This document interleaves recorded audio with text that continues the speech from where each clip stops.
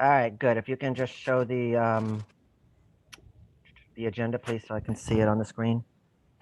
I can, or do I have to reduce that? Maybe I need to reduce that. Forgive me. Welcome to the regular council meeting of the Indian Trail Town Council for March 9th, 2021. I'll call roll call for the council members. David Cohn, Here. Todd Barber, Here. Jerry Morse. Jerry, I know you're there. You're on mute. You're still on mute. But I see you saying, I saw you, I read your lips there. I actually read your lips. And Mike Head Here. and Marcus Present. McIntyre. Present. Thank you. There you are. Okay. All right. Ready for staff? Can we get, Mayor? Abby, are we able to get the agenda up there so I can see it? Because I don't Mayor have. Perez, a would you paper like copy. me to go through staff? Oh, you have to go through the staffs. Okay, Thank we you. have Town Manager Mike McLaurin, Here. Attorney Karen Walter, Here. Captain Abby, if you'll just look for these names, we have Captain Kevin James, Jim Wadowitz, Kerry Warner, Adam McLam, Todd Hunsinger, Brandy Deese, Hayden Kramer, Abby Ball, Alicia Massey, and myself, Kathy Queen. Yes, all present. Thank you.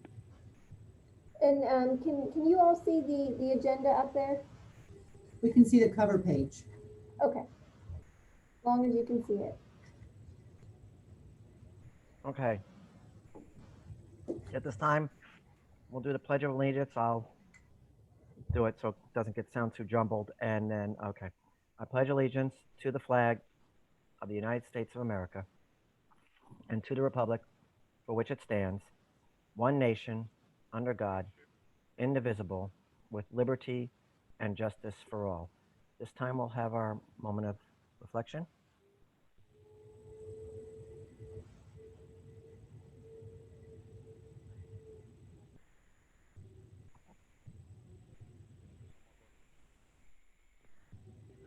Thank you.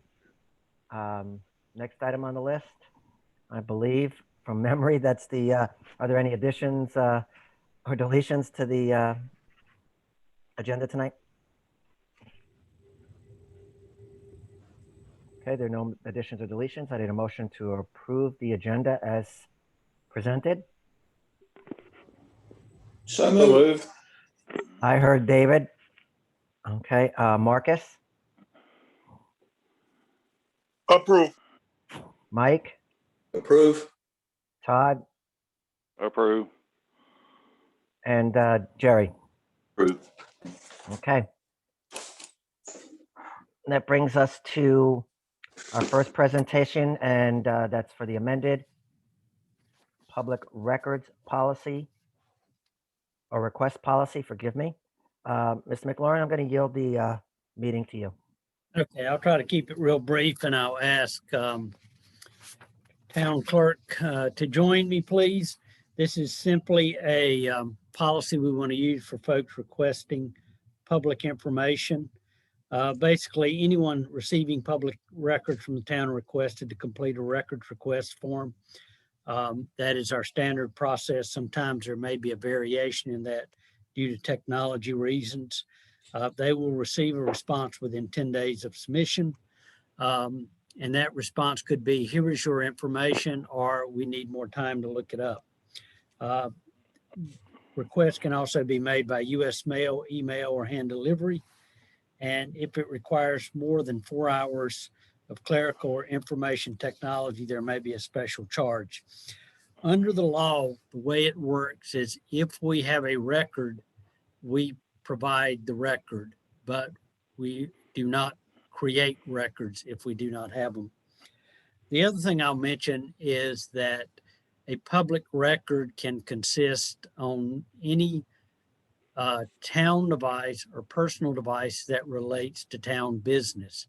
So if for some reason I'm communicating with Todd from my personal computer, that is technically a town record. Phones, text messages, things like that are considered public records. When we get a public records request, we scan that to separate personal stuff from town stuff. For example, if there may be something very minor that's not related to the town, that is not considered a public record. So what we do is when we get that request, we redact the stuff that is not town records. There are certain records that are not public records, such as personnel records, things of that nature. The general statutes, and it's laid out here in your policy, NCGS 132.6.2B, talks about costs for excessive or timely records request.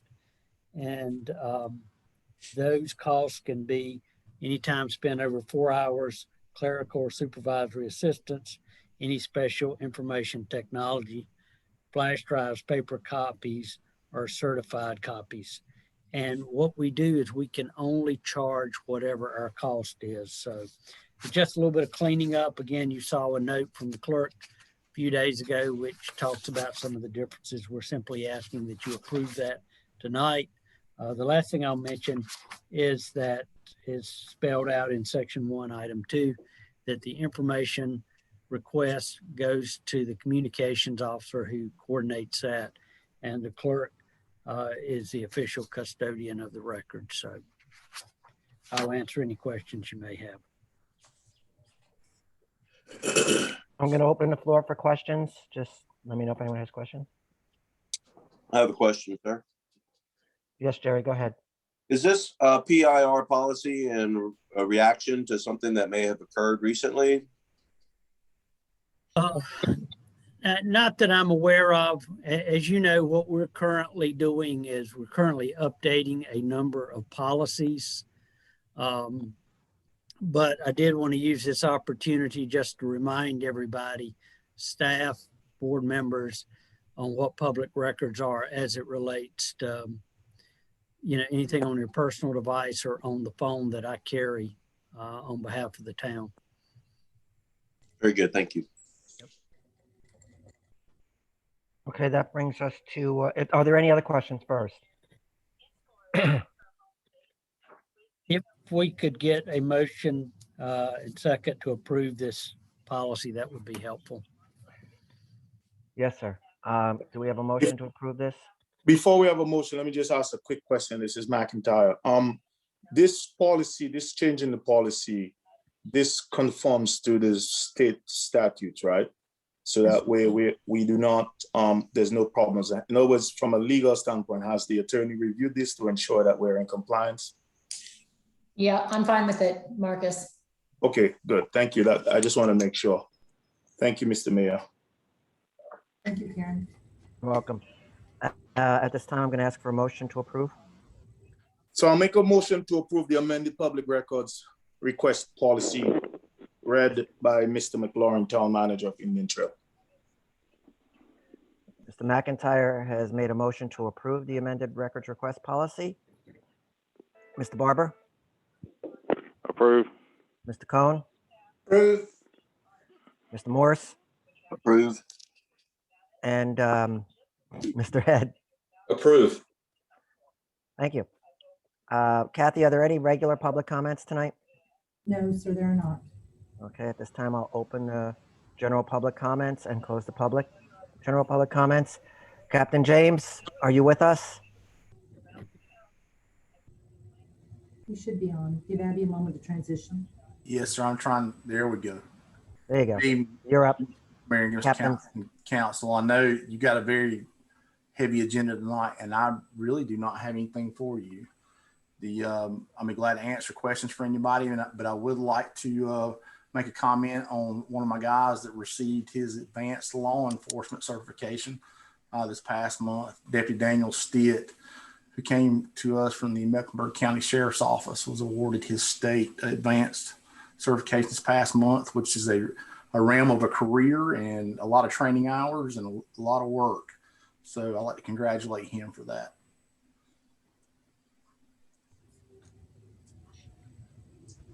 You're muted, Mayor. I muted myself, sorry. That's all you have, Captain? Yes, sir.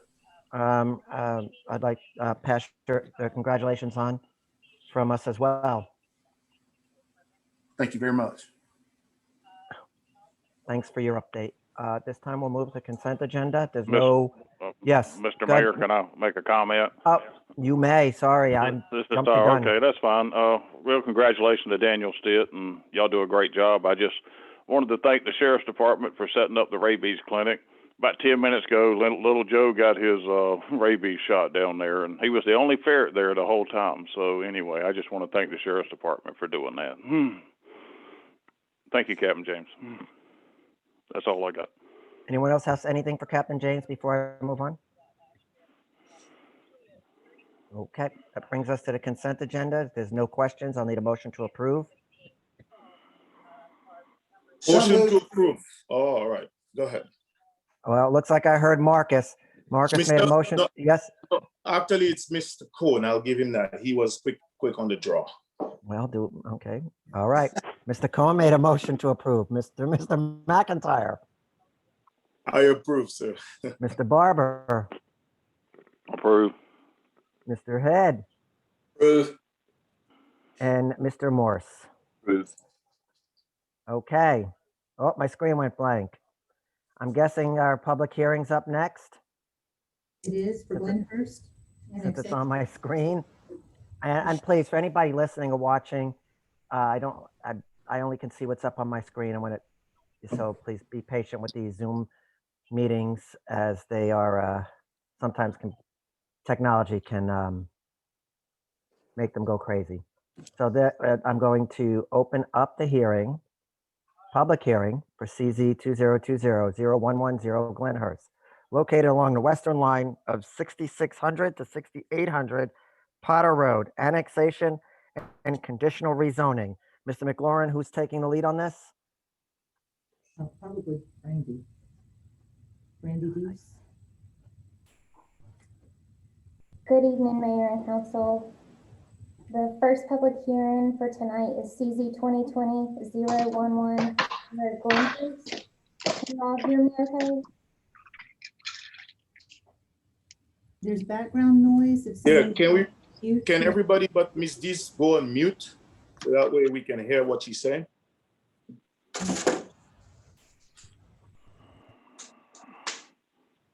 Okay, let me try again. Can everyone hear me okay? Thumbs up if you can hear me. Okay, thank you. All right, so again, our first public hearing for tonight is Glenhurst. This project is located off of Potter Road. It's a request that includes an annexation petition along with this conditional rezoning request. The rezoning request is for 41.75 acres from Union County Residential 40 to conditional zoning single family residential. Indian Trail would be CVSF4. The applicant is Stanley Martin Homes, and the intent is to construct 101 single-family homes. The aerial before you displays the site comprised of 9 parcels as partially wooded and a few Excuse me for 1 existing second, Brandy. single-family structures. Excuse me for a second, Brandy. It's Michael. Can you Yes, hear me? Hear me? Yes, sir. I have to step out for a couple of minutes. Okay. I'm going to yield the gavel over to Mr. McIntyre. Is that okay with you, Marcus? Just Yes, give me sir. okay. Yep. I will be back as quickly as possible. Thank you. Proceed, Brandy. Thank you, sir. So the aerial is looking west, it's comprised of 9 parcels, partially wooded, and a few existing single-family structures that would be removed to make way for this project. This next aerial is looking west at the property from above. And we have a couple of existing condition site photos looking from Potter Road. And the existing zoning map shows the Union County R40. And this existing area is mainly low to medium single-family residential. Future land use map displays low to medium single-family in this area. And the proposed development includes 101 single-family homes, again on 41.75 acres. Density for the project overall is 2.44 dwelling units per acre. And as defined in the Indian Trail Comprehensive Plan, single-family low density is 0 to 2 dwelling units per acre. Single-family medium density is 2 to 4 dwelling units per acre, just for reference. The existing land uses are listed in the chart below and display a variety of residential land uses within this area. Before you is the concept plan. It does illustrate a 25-foot deed restricted landscape buffer around the perimeter of the site. And the rest of the site will meet Indian Trail standard landscape and lighting plan requirements. The amenities provided include a pocket park, several tree save areas, and a concrete trail meandering through the natural area. Here are architectural renderings who show exterior portions of the building to be majority brick, stone, or quality hardy siding. There are a variety of colors provided with additional features including wall trim extending beyond the windows, large porches, and interesting roof pitches, wall planes, and windows. Here's another example of architectural renderings, and just overall displays a little higher quality than we typically receive. This development is located in the Austin Village overlay, and this project will help strengthen existing subdivisions and spur redevelopment. The proposed plan is consistent with the comprehensive plan in that it's compatible with the low to medium density residential development currently off Potter Road. It's consistent with the high quality building design in the area, which will help to ensure attractive land development and redevelopment. Traffic improvements will include a full access to Potter Road. The road will be widened to accommodate left and right turn lanes, and there will be a minimum of 2 parking spaces per driveway with garage space as well. On December 16th, 2020, a community meeting was held. 10 citizens attended in person, 44 participated via Zoom, so at that time we were having hybrid community meetings. All citizens who participated did not approve of the project's density, and as a result, the initial plan that was 116 homes was reduced to 101, and a pocket park was added as well.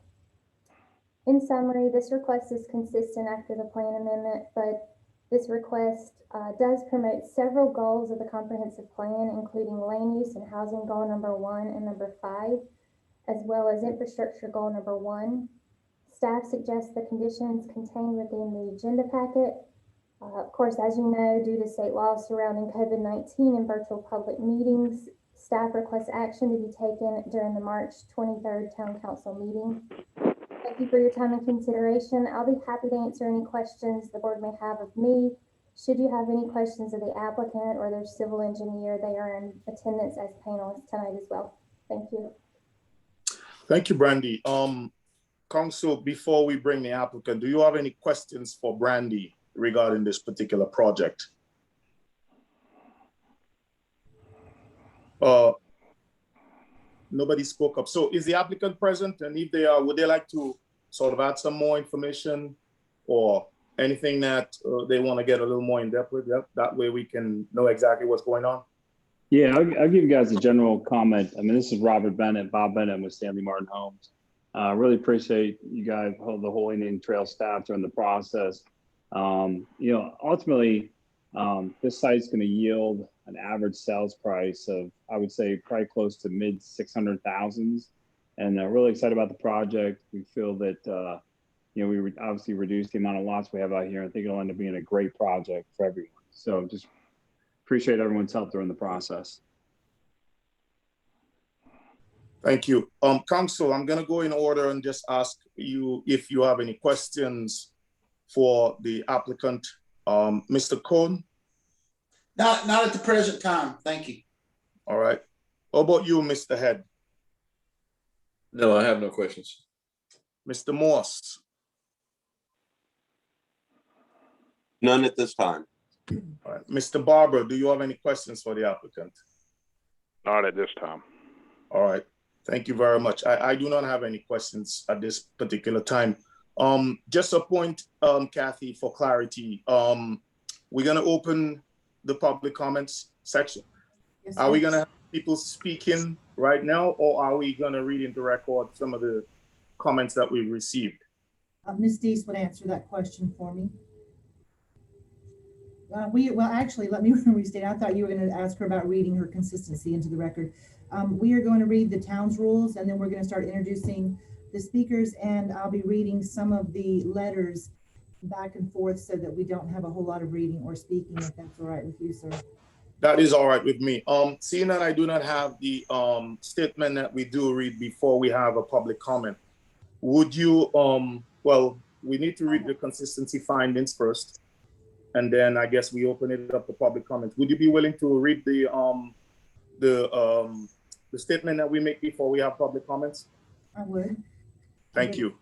Okay, and then we'll start the process of letting the citizens speak. Is that okay? That's okay. Okay, so the town's rules for speaking during public comments. Thank you for your interest in participating in the public comments portion of today's regular meeting of the Indian Trail Town Council. Please be aware that these meetings are recorded and can be heard by anyone throughout the internet. Comments are limited to 3 minutes per speaker. You may not give your 3 minutes to another speaker to increase that person's allotted time. Comments are to be directed to the entire council as a whole and not individuals. On the timing, you will receive a beep when you have 30 seconds, and then you'll receive a final beep, and we ask that you stop speaking at that time. Citizens are expected to be civil in their language and presentation and act within reasonable standards of courtesy. We ask the speakers to maintain order and decorum in your conduct throughout the public comment period.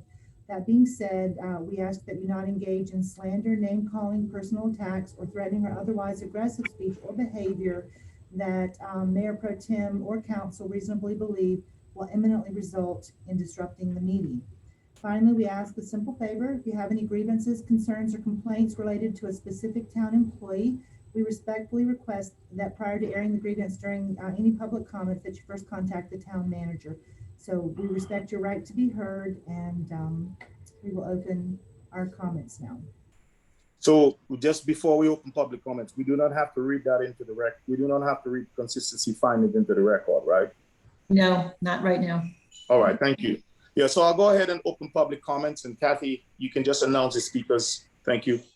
Okay, the first one, they go back and forth. So the first one is an email from Sarah Hamilton, and these are Indian Trail residents. Until I get to a point, we'll introduce the non-Indian Trail residents. So Sarah Hamilton, she wrote that, I just wanted our voice to be heard on this potential neighborhood. My husband and I are not in favor of this. We live in Rainforest and choose to move off of Potter Road because it's a special place. There aren't many areas left that are like it. We value that above all else. This neighborhood would change that. We value the schools our neighborhood has always been a part of. Adding this neighborhood could possibly put that in jeopardy. The traffic this neighborhood would create is another concern. Also, the wildlife we have grown accustomed to would be affected. Please understand, we like and value growth for Indian Trail as a whole, but this neighborhood does not fit the area, road, or needs of the people surrounding it. Thank you for your time, Sarah and David Hamilton and their 2 kids, ages 12 and 9. The next speaker is Richard Rust, who is an Indian Trail resident. Mr. Rust, when you're on, please acknowledge.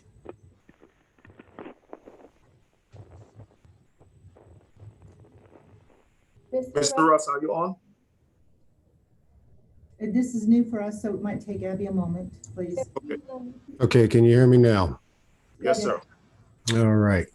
How you doing? Thank you. All right. If you can hear me, I'll start whenever you're ready. Yes, sir. Please begin. Rainforest, Cambridge Oaks, Moorfield Plantation, Carmona Woods, Indian Brook, all the Wellington Woods. I think there's around 10 of them by now. These developments are near the subject property we're talking about. They all have a minimum ½ acre. Because of their zoning, they create minimal noise pollution, hardly any light pollution, have minimal impact on the environment, create minimal strain on the government services, and produce minimal congestion. That is what zoning does. It's by design. This project contributes negatively in all these ways. And for its footprint, because of the density, it does it in a bigger way. You can say they're nice houses, but that's just lipstick on a pig. The developer's rep stated that with no land and only 400-foot trails and amenity, that people from the north will flock down here to pay a starting price of $625,000 for a 2,400 square foot home, which puts sales well over 63 mil. He says he needs this many units at this price to make his profits. And I've said before, either developer's business model is driven by greed or the landowner is asking an unrealistic price for his land, a price, let's remember, he can only get if you guys place the burden of rezoning on the backs of the remaining residents. By the way, did anybody with 2,400 square feet and a third acre get a new assessment for 625K? The comps don't bear out his numbers. He can say that his houses will sell at this amount or more, but you can't hold him to those numbers after the approval is given, can you? And let's not forget, those northerners, one of the things they're trying to get away from, we're trying to avoid high density. Some on planning say that if you vote this down, that Union County could swoop in here and steal the tax money by approving the project. I find it very improbable they would go lightly against the wishes of Weddington, who won't allow it, and Indian Trail, who will hopefully vote it down due to overwhelming resistance to it by the people. I think they, as elected officials, are more alert to the fallout that a stab in the back move like that would bring by both county voters and fellow municipalities. I think they would find it more prudent to make these decisions in conjunction with the will of the people, not irrespective of their wishes. We hope you will as too. Weddington zoning rules in Candela, Addington Crossing, and where was the other place? Creek's Landing. They've mitigated impact and traffic for both their citizens and inadvertently for us. By not exploiting the density these swaths of land could have produced, they saved us some headaches. Now let's save ourselves some. We come here seeking nothing tonight, but to find a better way to fill a donut hole. We don't want this annexation via this project. We don't want this rezoning in this area. We don't want this precedent set in this area. We didn't want it on Fincher Road last year, and we still don't want it. In all the meetings, the only person that voiced support for this project was, shocker, a real estate agent. Now some of you council members may be sitting, listening, but thinking, it's progress, people, suck it up. Get over it, change is inevitable. If you are that member, you may find that change is inevitable. But if you believe your service to the people is truly a partnership with the people, then allow Indian Trail to grow where it's prudent to grow, yet preserve where it's prudent to preserve. Please vote no. Thank you very much for your time. Thank you very much. Chris or Donna Childers? They're being moved up. It should take just a second. They should be. Hayden, are you able, Hayden, are you off mute? Yeah. So essentially, Kathy, we're showing a timer if they can see it, and it will beep and then beep. It'll beep at 2:30, and then they'll reset and have 30 seconds to finish their 3 minutes. Okay, I don't believe we heard the timer. I don't think it'll overcome if they're speaking. I can make an audible statement if you'd like. That's okay. If you can just say 30, that would be appropriate. Just say 30, and then that way they'll know. Thank you.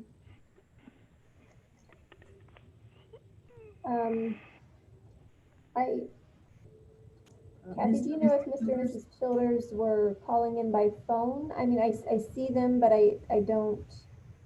It's okay. Take your time, Abby. No, I've moved them up to panelist. I guess what I'm asking is I can see a video button, but not a microphone. I just want to make sure that they're able to speak. And if they were calling in a different way, I wanted to be able to. So how about we do this? What about while we kind of search for them in the back, Abby, we move to the next person. That way we don't keep everybody waiting. Oh, actually, we'll come back to them in at the end. Actually, I think they might be online now. Mr. and Mrs. Childers? Can you hear us now? Ms. Childers? I see them on. Yeah. Okay, Ms. Childers. Hey, this is Chris Childers. I reside in the Rec 4 neighborhood. Can I go? Yes, sir. You may speak. Rezoning to SF4 for the Glenhurst neighborhood is of zero benefit for the people of Indian Trail. We moved from Matthews to escape overcrowding and irresponsible development in favor of the existing R40 and Weddington School here. Please let this area remain as it is. The question I have about the schools is, how will the state handle the problem of school overcrowding here? Will they fund the expansion of existing schools, or will they simply bus our students somewhere else? The desirability and value of our homes will suffer if redistricting occurs as a result of overdevelopment. Also, Potter Road is bad enough as it is. If the county will not make the necessary improvements to it now, then Indian Trail is righteously obligated to refuse the rezoning and further development in favor of the safety and life quality of its existing residents. I understand that the county could go through with the rezoning regardless. At the same time, I have to point out that just as the county might do wrong, it doesn't mean our town should do them to it.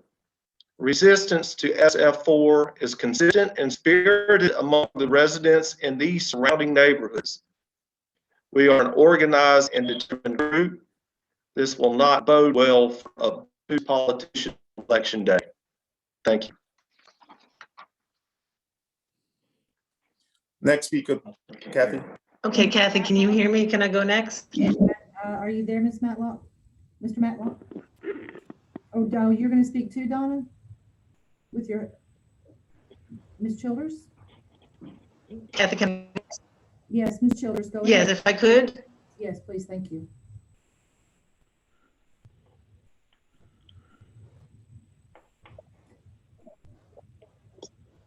Ms. Childers, go ahead, please. Okay, it's breaking up a lot, but I'm gonna go ahead and talking.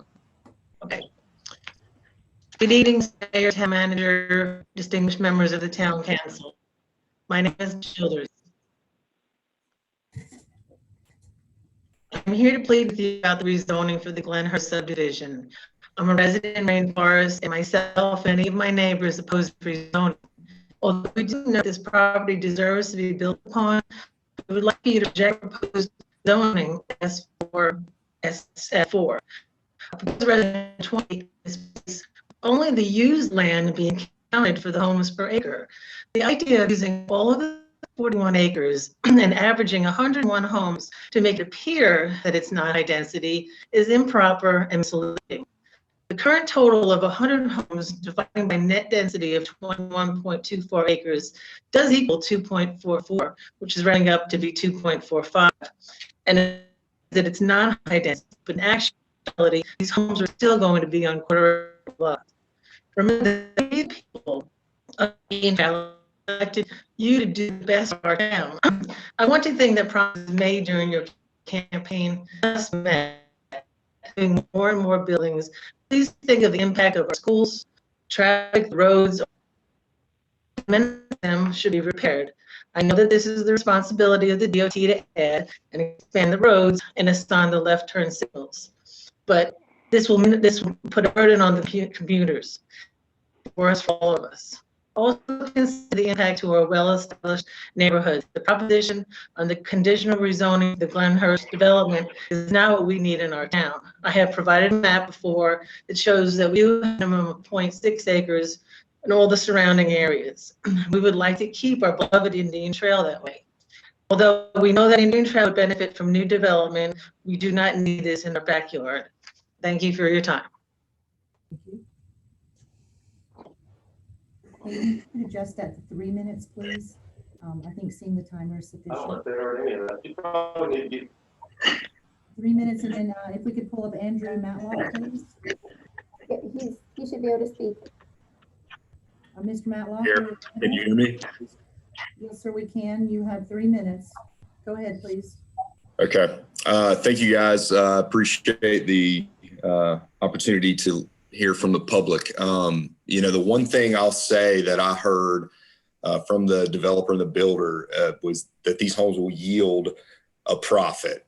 So I completely understand what their end game is and what they're trying to accomplish. But time and time again, we have fought these proposals for high density. I had in my backyard a proposal for mixed use and multifamily homes. So I'm actually happy to see some actual prospects for single family homes. But again, this area must be preserved, as Richard said earlier. Progress is progress, but once we start opening the door for these high density communities, it's just going to continue to happen. Weddington, I don't see them putting homes on a third of an acre. So I certainly think that Indian Trail should continue to push back on these proposals, and I hope you guys make the right decision.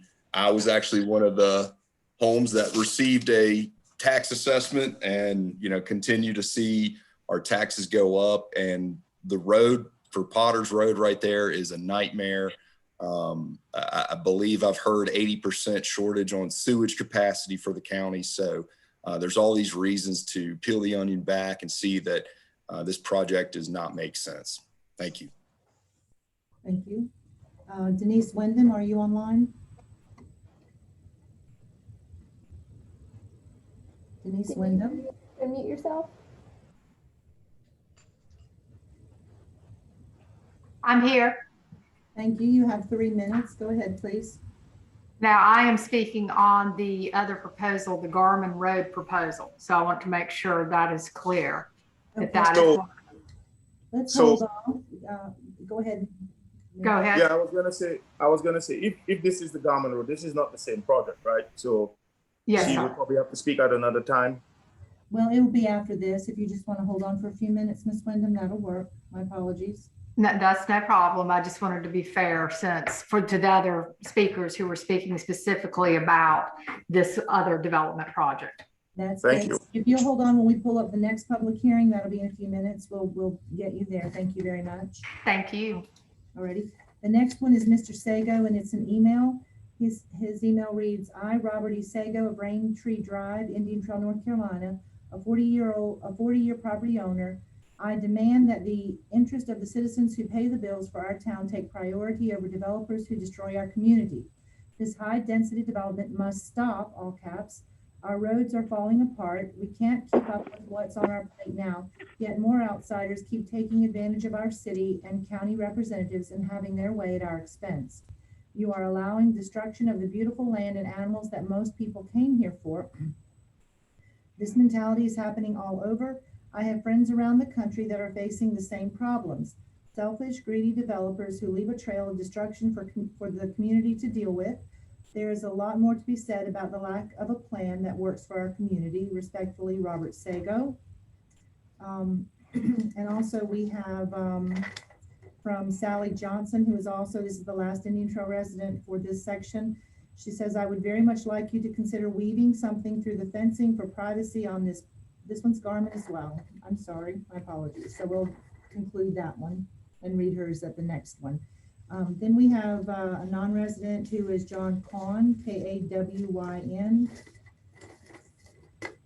His email reads, I live in Potter Creek Estates subdivision and I'm opposed to this rezoning.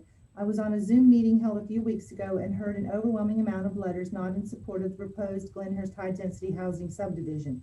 Schools and roads are impacted with any high density housing.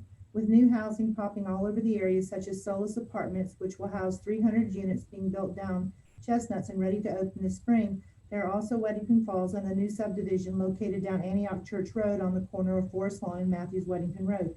All of these new subdivisions will have a great impact into Antioch School and the Weddington School District. Our small subdivision is located in the town of Weddington, and which the town of Weddington is also against the subdivision being built. Potters Creek Estates is directly impacted by this proposed subdivision, which will be an entrance and exit to the proposed subdivision. Our traffic will be greatly impacted from 20 cars per day to 100 plus cars using our entrance. The Town Council of Indian Trail, in conjunction with the Planning Board, needs to manage this carefully. As of last week, we received a letter from Antioch School that there will be more children attending Antioch as of next year. As a result, there might be a redistricting of the schools in the near future. It all boils down to one factor from the previous meeting, that tax revenue is more important than the voices of our community.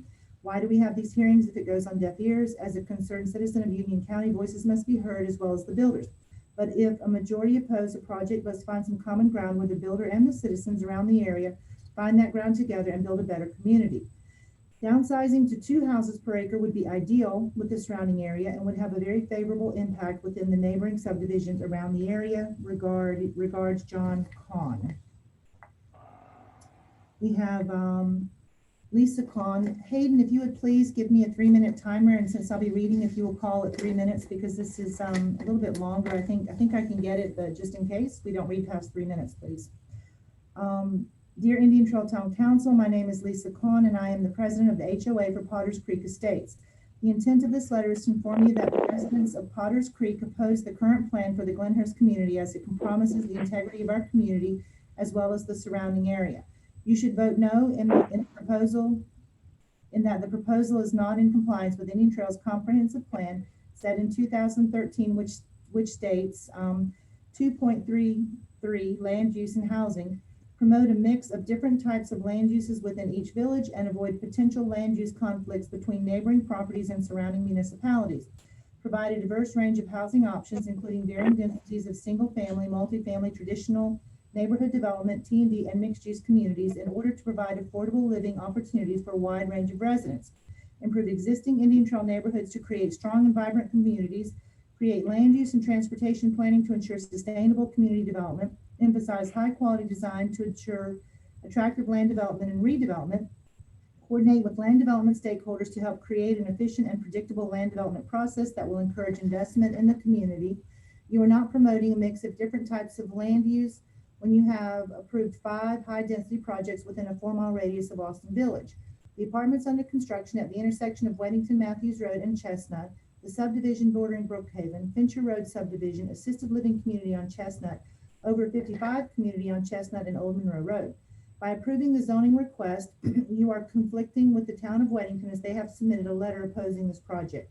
You are overcrowding the schools with approved projects. The apartments and Chestnut subdivision will feed into Antioch Elementary, which is currently operating with mobile classrooms. The other 3 projects will feed into Indian Trail Elementary, causing hundreds of additional cars to Indian Trail Road during peak traffic hours. If you vote to move forward with Glenhurst, it does not solve the issue of unincorporated land donut holes within the county because there are existing homes in the middle of this proposed project that will remain unincorporated.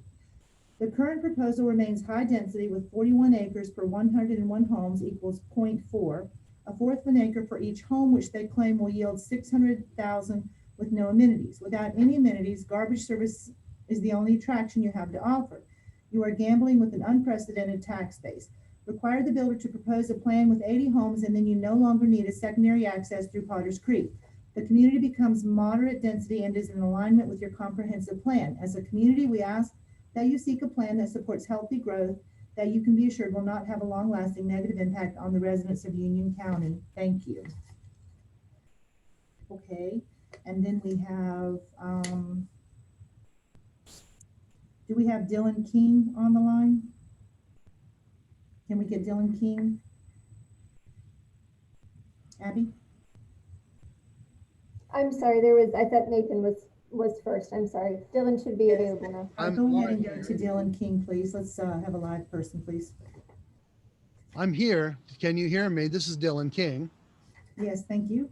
Very good. This here, if you can see it, is a map, the Google map of this area. I encourage you all to go on Google Maps and go ahead and type in the address of this area.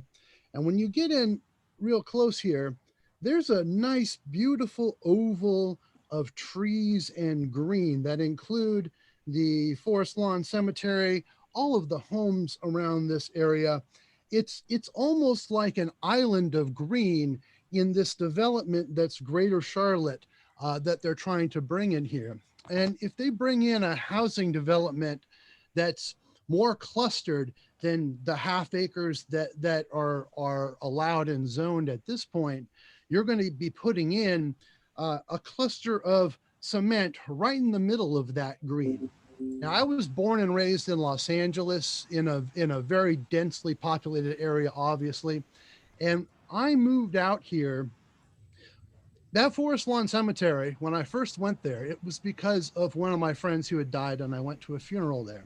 And when I drove through this area, it was the most gorgeous part of Charlotte I had seen. You drive through on Potter Road, it's just beautiful. It's a gorgeous place.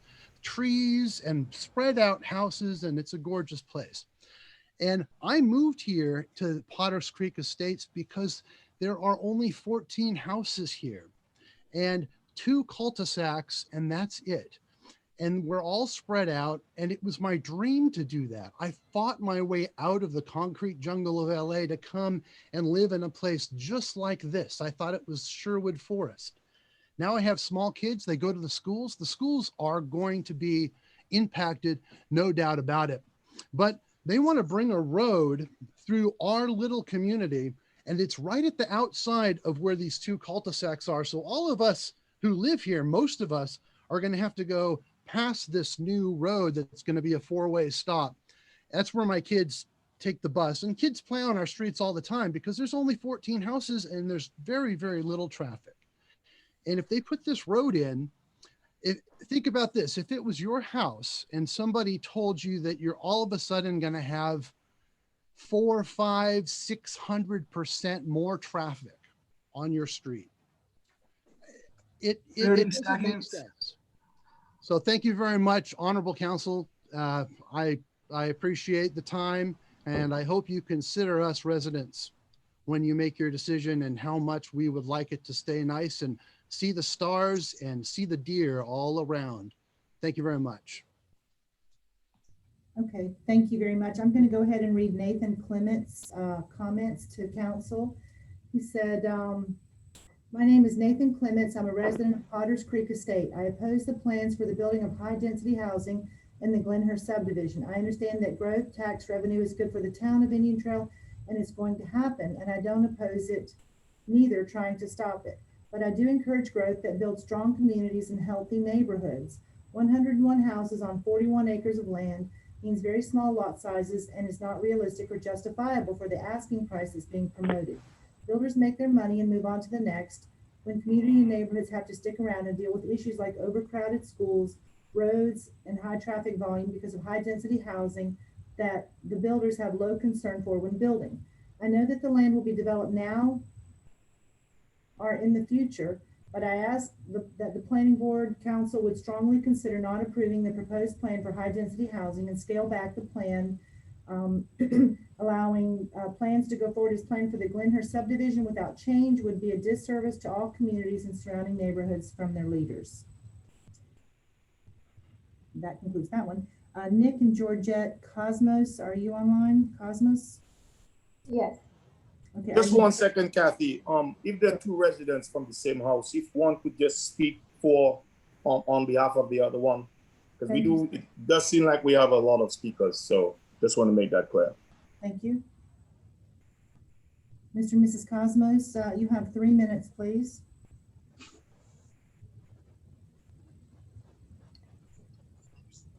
Can you hear us?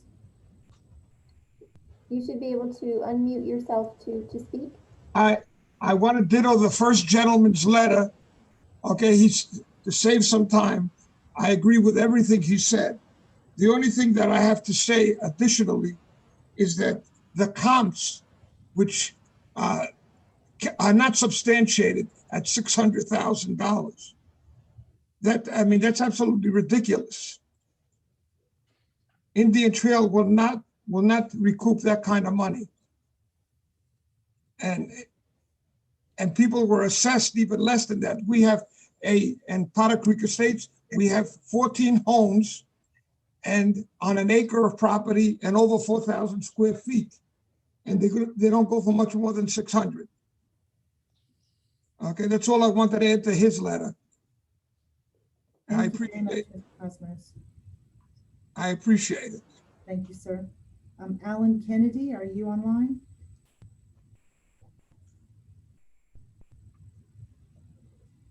Mr. Kennedy, you should be able to unmute yourself to speak. All right, can you hear me now? Yes, sir. All right. Before we begin, Mr. Kennedy, I'd like to note that Mayor Alvarez has asked me to note that Mr. Kahn, Mrs. Kahn, Nathan Clements, Dylan King, and Dylan King is from Stallings. Everyone else that has spoke that is a non-resident is from Weddington. Thank you. Please begin. You have your 3 minutes. Okay, yeah, mine's pretty simple. I'm one of the newest residents out here on Potters Creek. I lived in Chrismart development in Indian Trail for several years. Nice big house, 3,500 square foot, 4,000 square foot houses out there, but they're on quarter acre. I was on a 0.25 acre lot. Anyway, it just very congested houses. Granted, you get close to your neighbors and all like that, but I think most every homeowner that moved to this area moved here for a reason. And, you got all the technical details about infrastructure, about the schools, about the traffic, about the noise and water pollution, and about the, strain on our, so you got all that jazz, of course, but my approach is very simple. I came out here because it is like this. And the traffic wasn't that bad. And what Dylan said, Dylan's my neighbor, and Joe, and basically we're here because we like this, or we like it the way it is. And we looked around, we said most of these homes, very large homes, I mean large lots, trees, and this zoning change, I'm not against developing the area if they want to develop the area, but leave the zoning as it is and build houses accordingly and structure them accordingly and purchase the land and do the necessary math necessary to make a profit on the current zoning regulations. But changing it is kind of a slap in the face to everyone that moved here for that particular reason. And I'm adamantly opposed to it. I don't want this area to change. And I think doing this will definitely change. And you may find some people after a while, after a year or two of having all the traffic and dealing with it, everything goes through, they'll say, well, let me look at something else. You don't know. I think it'll impact the area negatively years and years down the road. So I would urgently, mine is a simple approach. I moved out here because Indian Trail is a beautiful area, and I love this area, Potter's Road, and putting this in will change the feel, and it'll negatively or reflect on the feeling that this place has. And I just urge the council to vote no on any change. Thank you for doing this. Appreciate that. Thank you. Thank you, sir. Charlie Clayton, are you online? Mr. Clayton, if you are present, can you please raise your hand, or I don't see you in the list of attendees. While she's looking for him, I'll go ahead and read Angela Banks's comments. This is lengthy, so Hayden, if you could just, at the end of 3 minutes, just say stop, please, that would be great. Ms. Quinn, just one quick question for you before you read. The letters and the people who are speaking now are residents of Weddington, is that correct? Yes, all but there's one Stallings, one Waxhaw, but yes, the last few are not Indian Trail residents. All right, so please let us know where, if you can, where they are, where they reside, whether it's whatever town that they reside, just so that the council is aware. Okay, Angela Banks. Thank you. Angela Banks is from Weddington. All right. Good evening. My name is Angela Banks. I live in Wellington Woods, 4 and 5 neighborhood. I'm concerned about the Glenhurst project. This is a high-density housing proposal going into an area where homes are on 1 to 2 acres of land all along Potter's Road, and in the immediate area where the proposed project is being considered, the houses are known for their acreage. I do not understand why Indian Trail would even consider approving this project, especially such a high-density one as this. The apartments at the end of Chestnut and the apartments on the other side of Chestnut across Potter Road are already high density. Why would Indian Trail want to add more high density housing to an area that is already fighting road congestion, schools overcrowding? Yes, I understand that COVID had made these numbers non-existent, not to mention the congestion at Pleasant Plains and Old Monroe Road intersections. I could understand 1 house per acre with green space and a community clubhouse for that area, but not what is being proposed for area of land. We moved here 16 years ago and still remember all of the longhorn steers that were in the pastures. It broke our hearts to see retail going in, but we knew it was needed. Seeing all of the housing developments that are springing up and now apartments going in at either end of Chestnut, along with another development on Chestnut, it is insane. If I had wanted to live in Charlotte, I would have stayed in Charlotte. It has become absolutely insane what developers are trying to do to our area. Truly makes me sad. We have lived through school redistricting twice. My oldest daughter went to 2 different middle schools, 6th and 7th, Sun Valley, and 8th at Weddington Middle. Can you imagine what the school board will have to do yet again to accommodate the influx of children in this area? It will be massive overload on the schools that are slated for this area. We all know that the funds are not just there to build new schools. Parents and teachers complain about how crowded the schools are now. Imagine when all of these new high-density developments are finished. Imagine the classrooms of your children and or grandchildren in the future if this type of build continues. Why not put in a park for that space and walking trails, add in housing with 1 house per acre of land, green space where the kids can play basketball, maybe some tennis courts, soccer fields, anything that would promote Indian Trail as a healthier place to live. As I'm sitting here typing this, I'm trying to figure out at what point Indian Trail decided to become a mini Charlotte. We are not surrounded with enough already. Can we not just take a breath and rethink how we want Indian Trail installings to maintain that small town feel? Can we not just take a moment and breathe while we still can before traffic gets worse? To think about why we all moved here. It wasn't to live in a town that just packs people into neighborhoods one on top of another. It was for a small town feel, neighbors being neighborly. You will lose that if these high density projects continue to be approved. Please, for the sake of our towns, our children, their children, and their children's children, vote no for this high density project. Vote no. This is not the future you want to live in. Thank you, Angela Banks. Okay. That's the end of that one. Did we have Mr. Clayton come online? I still do not see Mr. Clayton's name, no. Okay. Alrighty, I have a note from Wendy Hensel. She is from Waxhaw. She says, dear Indian Trail Town Council members, please submit this letter as public comment regarding the proposed subdivision off Glenhurst off Potter Road. I am the broker in charge of the Union County Allen Tate office in Wesley Chapel. I wanted to share my thoughts about the subdivision. Glenhurst would be an absolute gem to add to this area. With 101 homes, this is just the right size to create a beautiful neighborhood with little to no impact on the already stressed roads and schools. Change and the unknown outcome of a proposed subdivision is always hard for the homeowners that are next to and around any new proposed neighborhood, and I totally understand that. In this case, Stanley Martin will be building a high-quality home and in a price range that is an absolute demand. Our office has clients daily that come looking for this exact home. The location will add additional shoppers to the local Austin Village retail shops with hopes to attract additional high-quality retail. The developer has done a fantastic job with the walking trails and tree-safe buffers. Glenhurst's proposed setup is tucked away in such a manner it has very little road frontage on Potter, which I feel will continue to maintain the look and feel the residents are used to. Regarding home values, currently the median price per square foot within a 3-mile radius of the property on Potter's Road is $177. The median price per square foot of the Glenhurst subdivision will be around $200 a square foot. The subdivision will increase the values for these surrounding homes and not hurt their value. I strongly urge the town to pass the annexation of this property and allow Stanley Martin to get started on this much needed project. If I can be of help in any way, please do not hesitate to reach out. Wendy Hensel. Okay. Abby, did we find Mr. Clayton? No, I still do not see his name. Okay. We have from Weddington, Mr. Howard Furstein. Mr. Howard Furstein says, good morning, Kathy. Writing in reference to the proposed Glenhurst subdivision under consideration by Indian Trail Town Council. My wife and I reside at 2105 Potter Cove Lane within the Potter Cove Estates subdivision.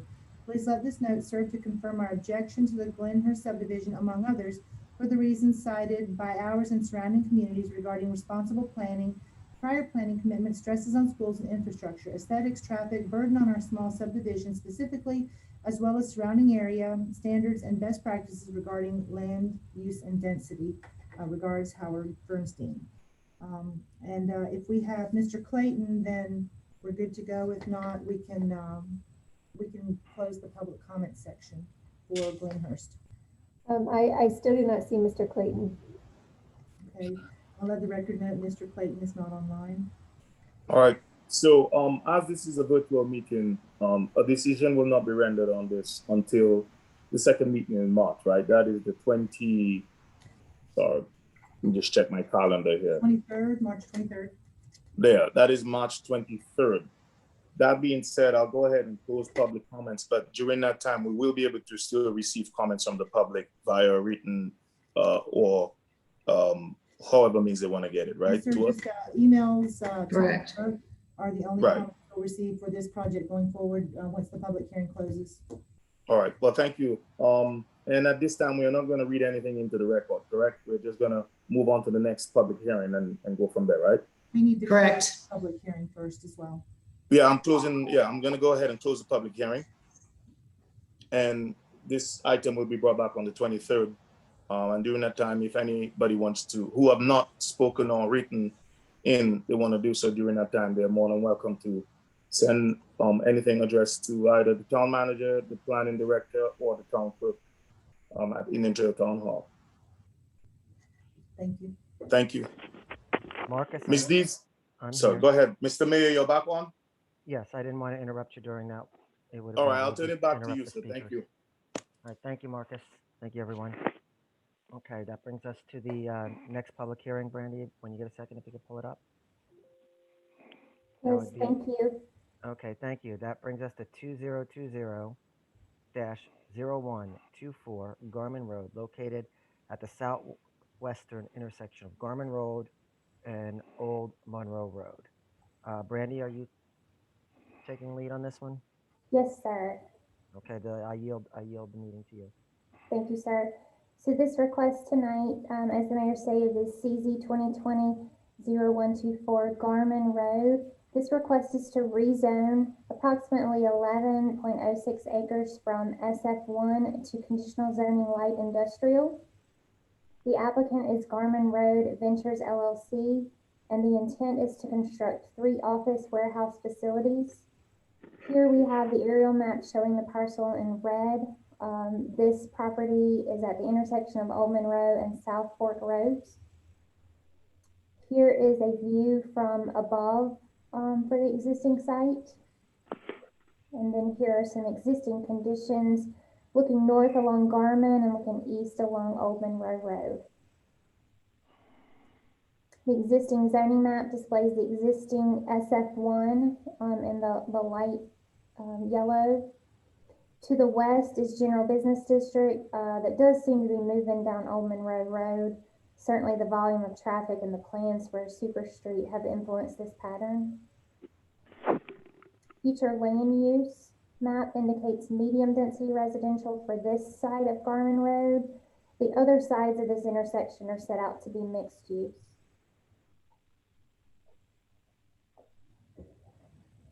This 11-acre site is partially wooded.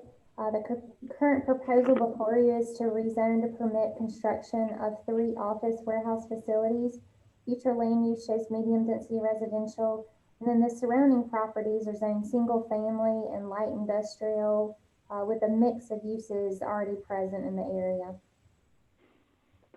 Here before you is the concept plan, shows 3 buildings with parking to the side and rear. This concept plan was modified to bring the building closer to the street and eliminate parking in the front, which is a priority that's mentioned in our comprehensive plan. So we appreciate the developer being willing to look at that for us. The following image is a sample architecture of the self-storage facility and shows exterior portions of the 3-story building to be mostly brick on the front and side, a mixture of brick, EIFS, and finished metal on the rear and some side elevations. The following is just an image of 2 additional buildings in the rear. Obviously, the elevation with the loading docks will be buffered as required by the Unified Development Ordinance.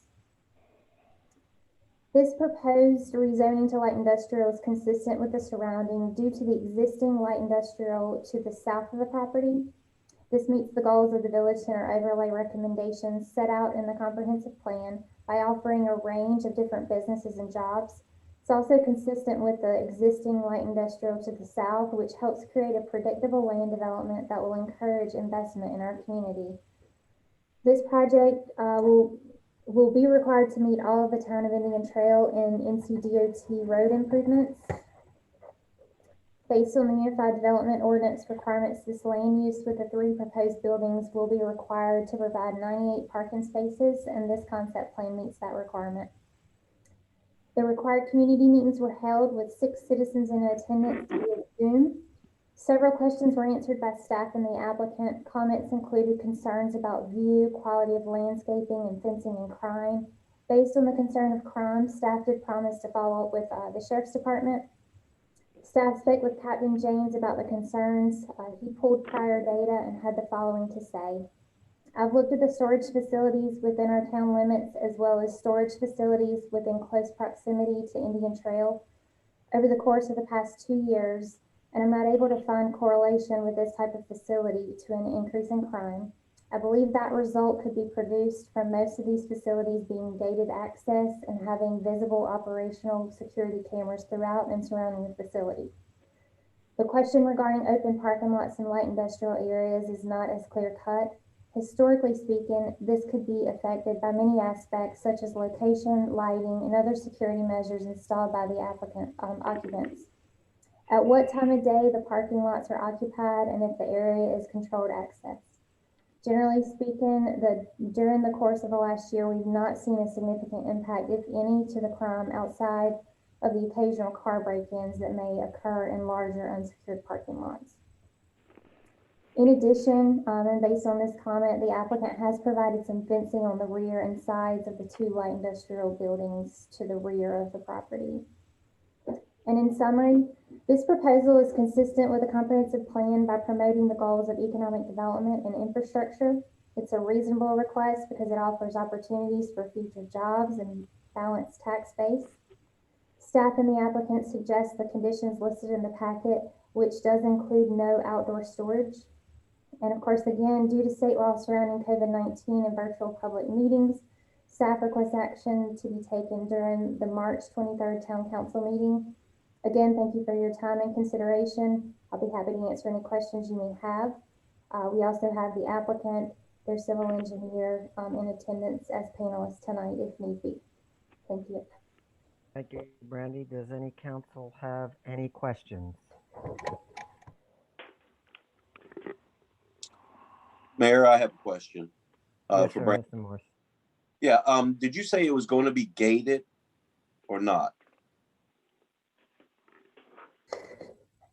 So I'll let Mason if he wants to. I can take that for you. No, it is not going to be gated. For the gate, we're actually providing the fencing that would basically wrap the light industrial portions of it. The storage facility itself is a fully interior storage facility, climate controlled, that really wouldn't, there's no exterior access for anyone else or for their storage units in general. We just find that the gates are going to cause more of a traffic and in and out problem with maintenance, putting on those tenants that are potential for the light industrial use. Thank you. Mm-hmm. Any other council Yeah, members?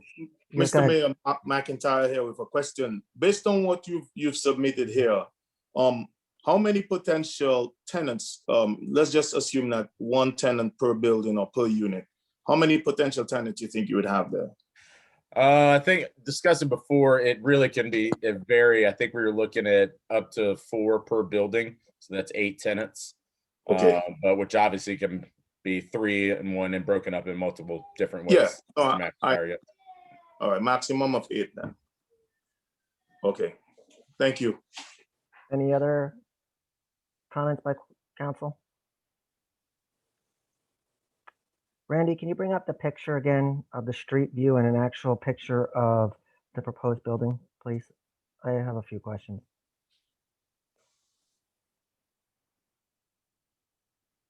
Okay, I'd like to know what's facing Old Monroe. Okay, I can see it. All right, Old Monroe Road. Left turn in, right turn out only. Going down Gorman Road there. How many? It's 3 stories? Yes, sir. The storage facility is 3 stories. The light industrial is a single story. Okay, and you said 4 tenants. Will they be tenants with tractor trailers? Potential, yes. So that's what we provide for the rear loading docks in those areas. It's intended for local trade, small business, for widgets or whatever they put together or that kind of thing. So yes, there is a potential for tractor trailers for product and supplies. Okay, thank you. No further questions. Were there any other questions? Just I have one. a comment. Sorry, go ahead, David. My comment is, and I'm asking the rest of the council this, is this not what we've kind of been looking for a length of time for businesses, an opportunity for businesses? Even one time we thought about doing it town was gonna do it themselves, but this is even better. And correct me if I'm wrong, because I could be wrong, but this is even better. We got somebody gonna build this out and you know, to bring business in here. And this is what we say we need. So that's just a comment I'm throwing out there. Mr. McIntyre, you had something else? Yeah, I just had one technical comment or question really. In regards to the widening of Monroe Road, I'm gonna assume that this plan does take into consideration the proposed future Monroe Road widening, right?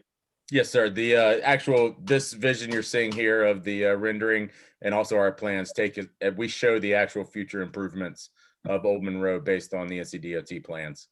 All right, Yeah, thank you. so our right of way will be set at the future. All right, thank you. Yes, sir. Sorry to interrupt you again. The buildings, is it just my view, or are they angled like that for our view, or are they going to be straight across? For the actual storage facility, yes, we went through based on the assistance and guidance from the planning staff and planning board was to do away with a few. We had parking obviously out front in this area, and based on community comments as well, we shifted the actual layout as it pertains to Old Monroe to remove that parking to the rear and just orientated it in a way that was best for everyone. If this is approved, when do you expect to request for permits and hopefully put your shovels in the ground? With the permits and depending on Union County Public Works and all of that, we would hope anywhere from 6 to 9 months.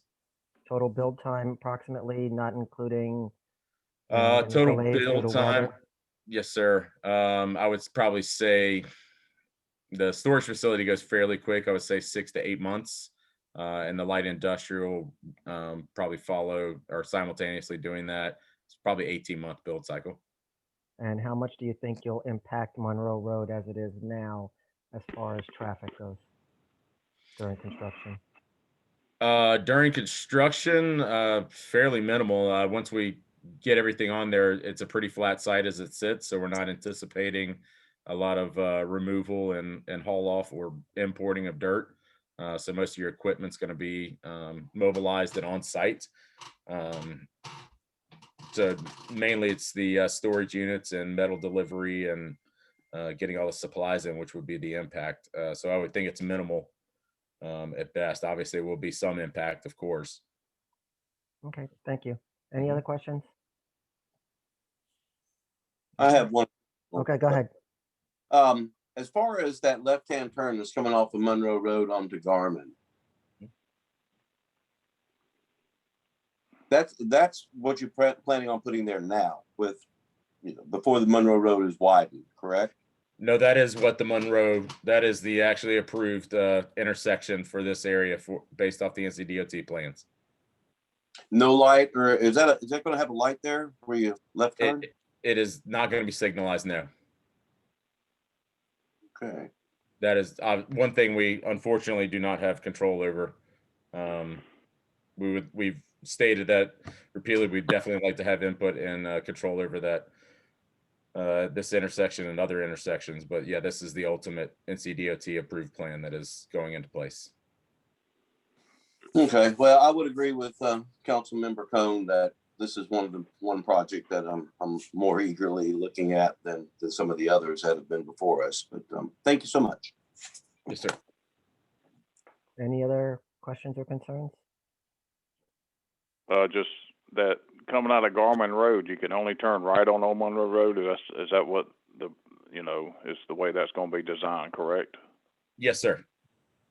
Okay. Yeah, I agree with Mr. Morris and Mr. Cone is, yeah, this type of industrial stuff is, you know, glad you brought it. It's type of things that the town's looking for. Appreciate it. You're welcome. Okay. Thank you. At this time, I'll open up the public comments. Same rules are in place with 3 minutes. Kathy, if you would take over for the public comments portion. Thank you. Denise Wyndham, please. I'm here. Thank you. You have 3 minutes. Thank you very much. You may begin when you see the timer. Thank you.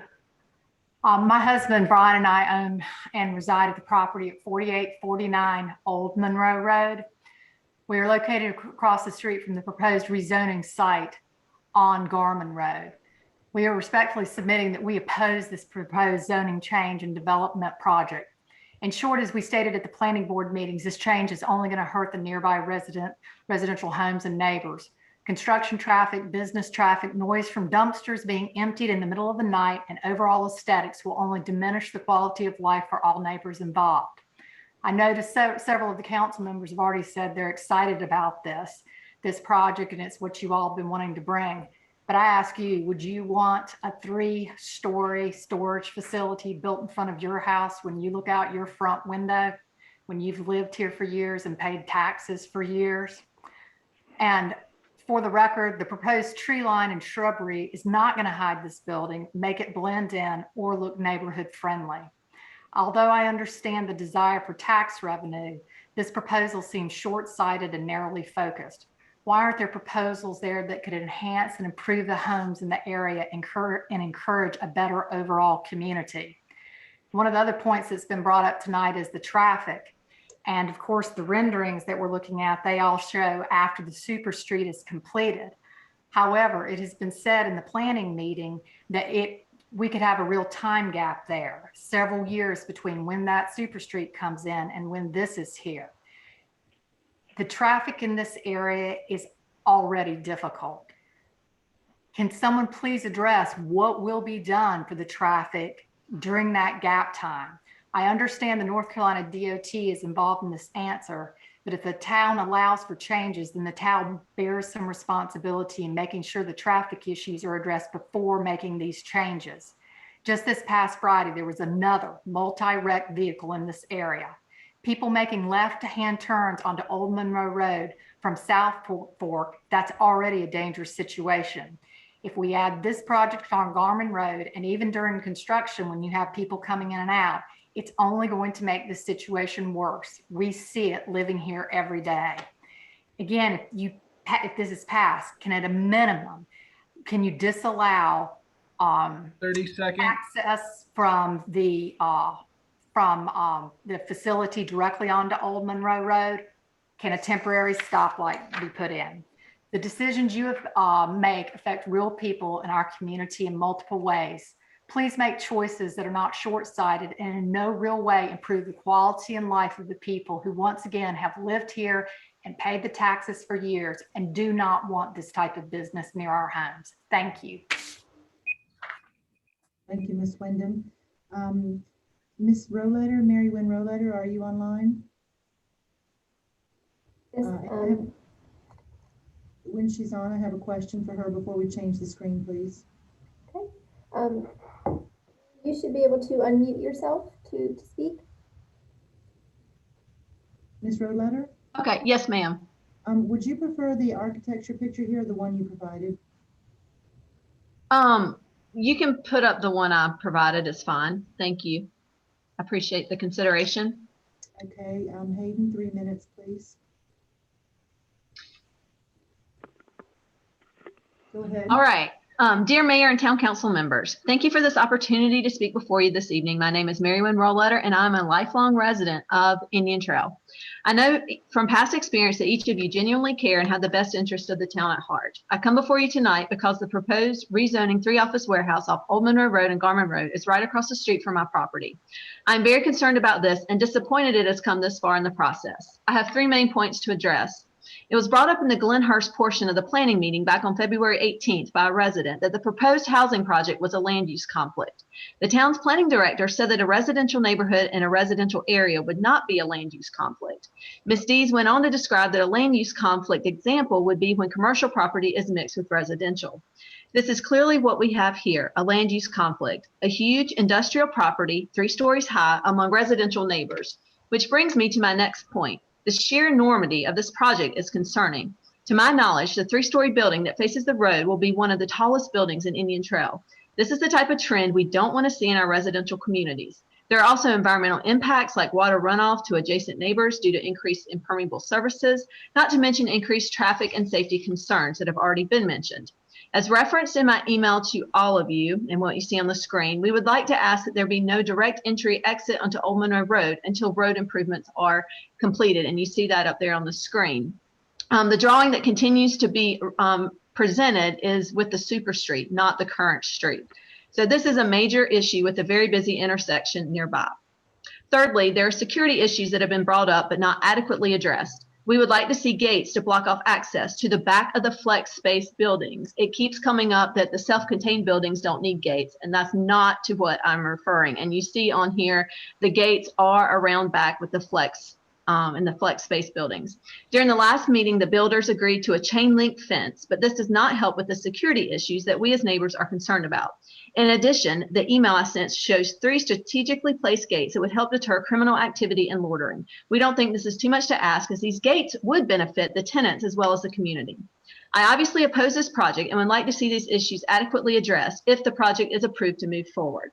As several town council members already commented that this is what Indian Trail needs, but I would disagree with the location of it. Finally, I would like to close with a personal question. Would you like to see this across the street from where you live? Thank you. Thank you. And then the last comment we have is from Sally Johnson, and it is an email, so I'll read it. I would very much like you to consider weaving something through the fence for privacy on this project. That is what they have at the old hatchery, and their buffer is better than what this will be. Our pond and our livestock will be more visible when that land has been cleared. People want to fish in ponds and go into the pastures. I have had to call the police more than a few times because someone has gotten into the pasture and barn. People pass through our pastures from Garmin Road or Radio Road fishing during the day drunk, or they are high late at night. When people fish there, they leave their trash behind. Many people have no respect for private property and animals. Ask anyone who has livestock in ponds. Sally Johnson. That is all that we have. Thank you. I'm going to close the public comments. Ask council if they have any items they'd like to add to the discussion based off of public comments. This is Todd Barber. Can the developer tell us what type of fence that you do have at this property that's going in? With the input from planning staff, we have a 6-foot black chain link fence. But we also offer a very large buffer and a supplemental. I don't know if we can pull up the site plan again. We have the existing tree save in those areas that is more than adequate buffer than typically provided, and the area to the right is going to be supplementally planted to meet those buffer constraints between the conflict and land use. And you said that was a 6-foot fence? Yes, sir. Okay. Well, that would keep someone with my weight out, that's for sure. But anyway, that's all I've got. I couldn't get over it. I have a comment. Yes, sir. Go ahead. Yeah, so I'd like to dovetail the comments about the gates. And I did see that email. Thank you, Ms. Roletter. How does the developer feel about putting in gates like that to address the concerns of the nearby residents? And we discussed this at planning board. We're not in favor of the gates, mainly because of the so many different tenants that were kind of proposed for this area. Gates also break down, and gates also would basically back up. Our concern is tractor trailers and stuff they're trying to get through there. If you take any of your other commercial, strip, retail spaces or just offices in general, they don't have gates in their rear, mainly for in and out, getting the supplies in, getting them out. We have gates, it's additional time, and it also will back up traffic if we ever have an issue with one of the gates not opening.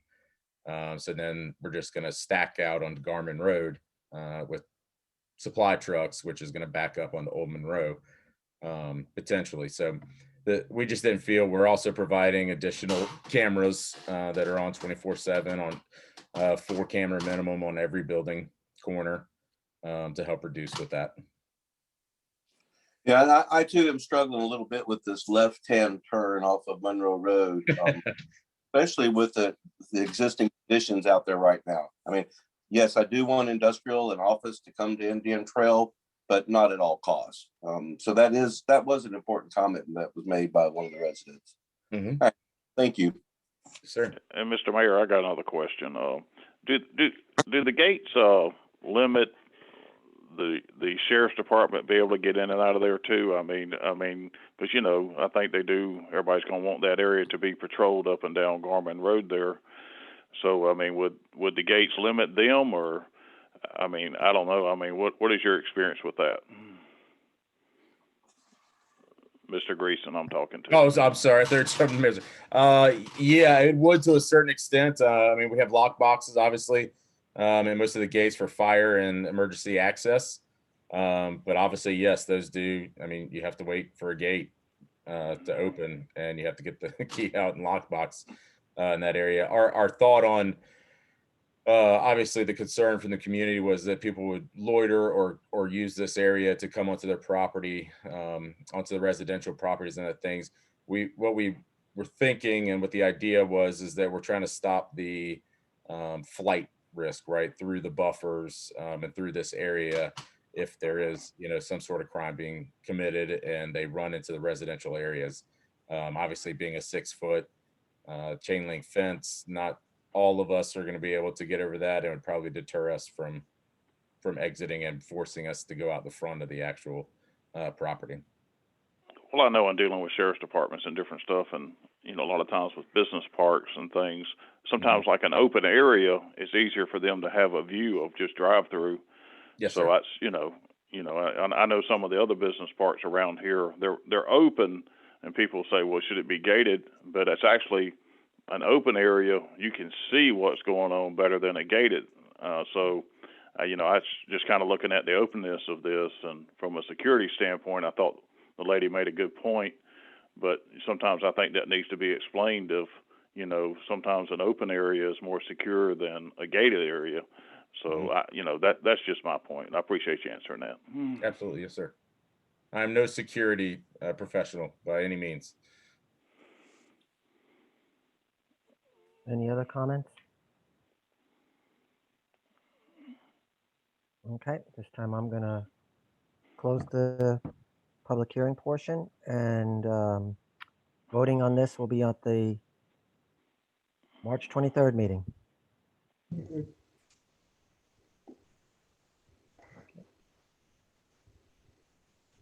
That brings us to, bear with me a second here, old business update on Old Monroe Road. Mr. McIntyre? Yeah, thank you, sir. I did again talk to Mr. Kanai in regards to the Old Monroe Road project. Our last conversation yielded that in April, we should get some more concrete information, because at this time he told me that there is, like a 90% likelihood of some right-of-way acquisition beginning in earnest this year. So when April comes around, which is a couple weeks away, I will provide an update to the council based on that. And one of the things I made him very aware of is that the town has paid 1 million. We've committed 5 million, but we've paid 1 million already. And as we go about setting the budget, especially with COVID, possible reductions in revenue, we want to make sure that this project is actually green lighted, signed, and not just a promise. We're not gonna, go on a promise anymore. This road really needs to be widened. We would have preferred, it widened just to a 4-lane, but that's out of our control. But we do need it to be widened, and I'll report back to the council once I get that confirmation from him. So these discussions continue, but at this time we have nothing concrete yet. And I'll pause for any questions from any of you.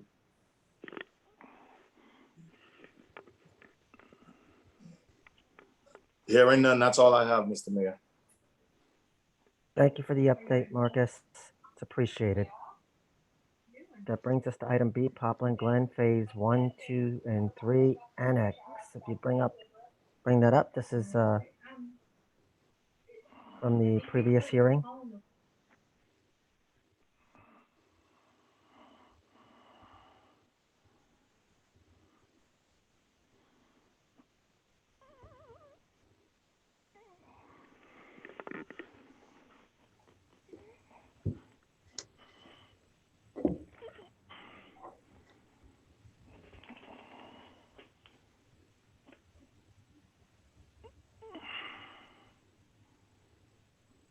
Who's gonna speak, sir? Is it Sorry Brandy? about that. Yes, yeah. Sorry. I had myself on mute. No worries, And- I got it, man. Okay. Okay. Annexation number 159 ZM 2020-052, Hoplingen. Thank you. Oh, Brandy, are you messing with me here? That's actually Abby. I can't take the credit for that. Oh, Abby. Well, I expect it from Abby. Okay. Just quickly, staff is just simply asking council to consider the annexation request and assign an Indian Trail zoning designation through the ZM 2020-0152. We talked about this and went over the details last meeting, but I'll be glad to answer any questions or go over any additional items that you guys feel the need to.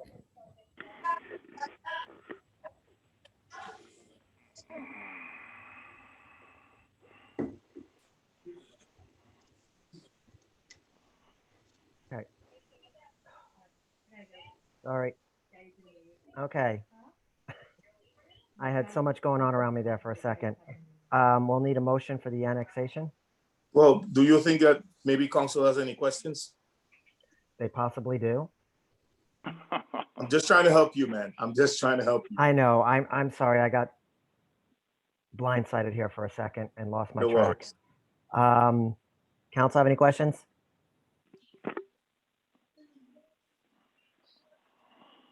Well, No, okay. sir.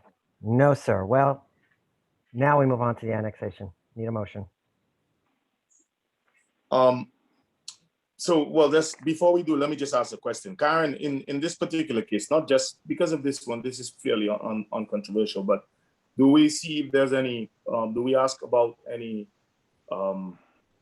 comments that were made, or do we have to open public comments, close them because we delayed this? I believe we had the public hearing for this annexation. Yeah, we did. February 23rd. Correct. Right. And then the only thing we would need to confirm is whether or not we received any additional comments in the Okay. period between the last meeting and this meeting. We have not received any additional comments. Okay, that being the case, this is ripe for action by council. All right, so I'll make a motion to adopt annexation number 159. And do I need well, I think, yeah. That's it. That's it. And I thank you for saying there are no more questions. Then when we're ready to move on, insert a question in there. You're as bad as I am. Mr. McIntyre has made the motion to approve the annexation number 159. Mr. Barber, Approve. Mr. Cohen, Approve. Mr. Morris. Approve. What was that, Mr. Morris? Approve. Thank you. And Mr. Head. Approve. Okay, let the record show that that was adopted unanimously. I also need a motion for the consistency findings. So zoning map amendment ZM 2020-0152, consistency finding to approve the consistency findings as read into the record for zoning map amendment ZM 2020-0152 by staff from the last town council meeting.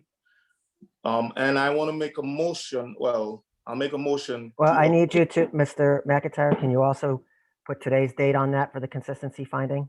Yes, today date is March 9th, 2021. All right, Kathy, would you make that correction into the minutes, please? Yes, I will.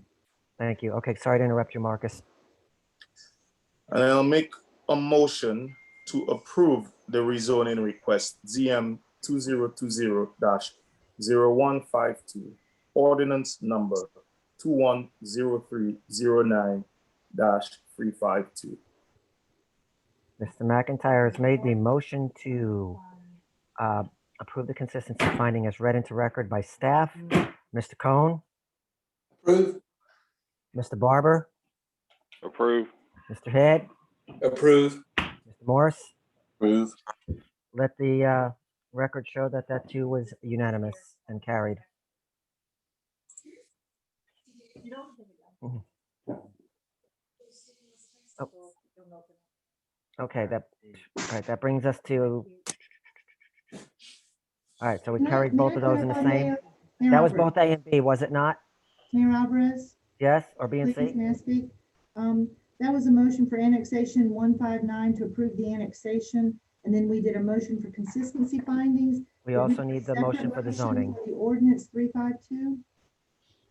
Yes, we need the motion. That moves us to item C, which is the Poplar Glen phases 1, 2, and 3. Abby. Right, because I heard, maybe I misunderstood, but I heard Mayor Pro Tem McIntyre read the consistency findings and the ordinance number in the same motion. Oh, the consent. They should be two separate motions. Well, So I'll make the motion again for the consistency finding, and then I'll come back and make the motion to approve or deny the request. Thank you. Okay. The ordinance. Please hold it. Correction there. I only accepted the motion for the consistency findings. That's all I read. Yes, that's where I was as well. So I think all we Yes. need now is the motion to approve the rezoning, rezoning request or the zoning. What Mr.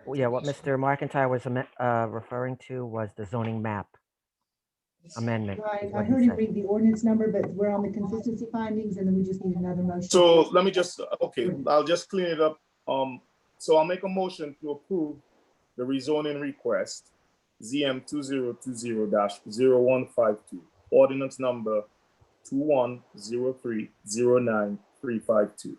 Perfect. Thank you.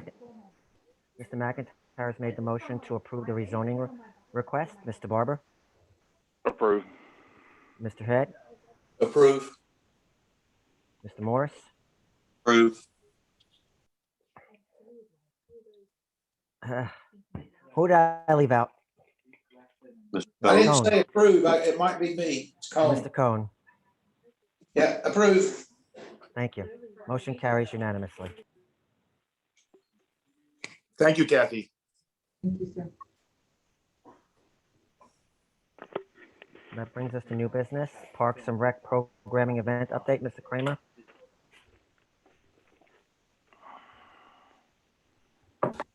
Good evening, Mayor and Council. Thank you for being here this evening. It's always a pleasure. I will promise to be brief. As you know, this is traditionally a busy time for Park and Recreation, gearing up for events and programs and summer camps, opening of yearly amenities and such. We are getting some calls at our office and wanted to kind of come before you to give you an update on where we stand, so that if you're getting the same questions out in the community, you have the most up-to-date and accurate information in order to serve all of our residents. We have started spring programming. This is all occurring either virtually or outdoors. As you know, we are still living through the COVID pandemic, and while there's a light at the end of the tunnel, we are in no rush to make any sort of sudden moves that may set us back. Being outside allows for adequate social distancing, pre-registration for programs. We know who is there, and we're able to set a predetermined cap on participation. At this time, indoor programming is still non-existent, as well as rentals. Most times when we're doing indoor programming or rentals, it's over the 25 limit, which is currently set through the executive order from Governor Cooper's office. Additionally, the rental rooms and indoor space are considered shared space with our staff. And obviously staff safety is of utmost importance. We are working through some event logistics and do anticipate some events coming back and resuming in some capacity. although they will not look like they have before with, hundreds or thousands of folks all at one time. The current restrictions of festivals and events are currently capped at 50 participants. Again, this is outdoors, so things that you may be accustomed to seeing, like Paws in the Park, Family Fun Day, Easter, July 4th, Touch a Truck, things of that nature, may not be occurring in what they regularly and traditionally would. We are looking to host events in ways that can occur safely with the stipulations and regulations that are placed from Governor Cooper. Again, things may look different. We may have pods, we may have pre-registration, we may have some virtual events. We are, I promise you, as regulations and restrictions continue to be relaxed, we will, continue to reevaluate the things that we can do, pay attention to what others are doing across the state, across the country, again, to implement some of those ideas. As a reminder, it does take some time to implement and produce and execute events and programs. I say this because we had a phone call earlier, about an event that said, hey, well, if regulations open up in the middle of the month, can you have something at the end of the month? And the answer is we don't know. Again, it takes time to sign people up, to produce event maps, to go through the permitting process, to work through the safety and logistics of that nature. Again, coming from our office and from the town, I think we've done a great job balancing the staff's safety and the community safety while that remains our top priority. We are eager to produce programs and events that we all know and love. We promise they will come back. We are, planning them every day, so when they are able to come back, they'll be bigger and better than ever. But wanted to provide you some resources of what's coming out of our department. Again, we know this is a time that people are looking for community activities. Wanted you all to have the most up-to-date information. If you have any questions, we can definitely answer them at this time. Hey. Yes, sir. This is Mike. How long does it typically, July 4th has always been a major event for us. Refresh my memory as to how long it takes for that planning to happen. How close are we to getting to that drop dead date, I guess is what I'm trying to find out. Sure. So traditionally, we open registration for events. These are events from January through December, the beginning of January. This allows the community to register, to put it on their calendar, to make sure that they're aware of it. We continue to chat with them throughout the year. Takes about a week and a half to 2 weeks to put together an actual lineup. Again, this is making sure that, number one, all the way through 120 are there. You did pass the consent agenda this evening, which had road closures for the events. That's a major step. That actually allows us to shut down the roads through NCDOT. Again, our concern is safety. Even if right now it's at 50, so it doesn't make sense to host a parade for 50. So that's truly one of the major things that would have to be adjusted significantly. I would assume that if we don't have some sort of guidance from Governor Cooper's office, again, mid-May, that's pushing it. And when I say pushing it, I mean just pumping it out there to the businesses that have participated before to get their floats, get their groups registered, and all that information out. Okay, so approximately 2 months is what we're looking at. Okay. We are looking at some other things for July 4th. Again, this could be a concert or a parade where you are situation. Again, we're very in tune that those are things that people are looking for and people are eager to participate in. Thank you. Absolutely. Thank you, sir. I have a question. This is Councilman Cohen. Yes, sir. Yes. Have we considered a fireworks show again this year? So fireworks is typically, tied to Family Fun Day, as you know. Family Fun Day would be a big challenge to host. just because it does fall under that quote unquote festival category. It doesn't fall under live entertainment where we could be able to do things. We have not wiped it off the table. Traditionally, our date is the first Saturday in June. That still remains on the table and still, a date that is kind of held by our firework company. The challenge would be packing the most amount of people into the park safely and, potentially just remain in vehicles to watch the show. Well, my question being too is, if I remember right, and tell me if I'm wrong, one of the biggest fireworks I think maybe the last one, we did. It was not on the 4th of July, but wasn't it like a couple of days before, maybe a couple of days before, a week before, or am I just remembering wrong? So since I've been with the town, the only fireworks that we've ever shot off are tied to Family Fun Day, which is typically the first Saturday in June. So it is before 4th of July, but significantly before. Typically, if you're shooting a show around the first week of July, cost goes up about 20% just because they're in so much more demand. Well, that really didn't answer my question. My question was our fireworks show, it seemed to me that it was closer to 4th of July than the June, and that we saved money.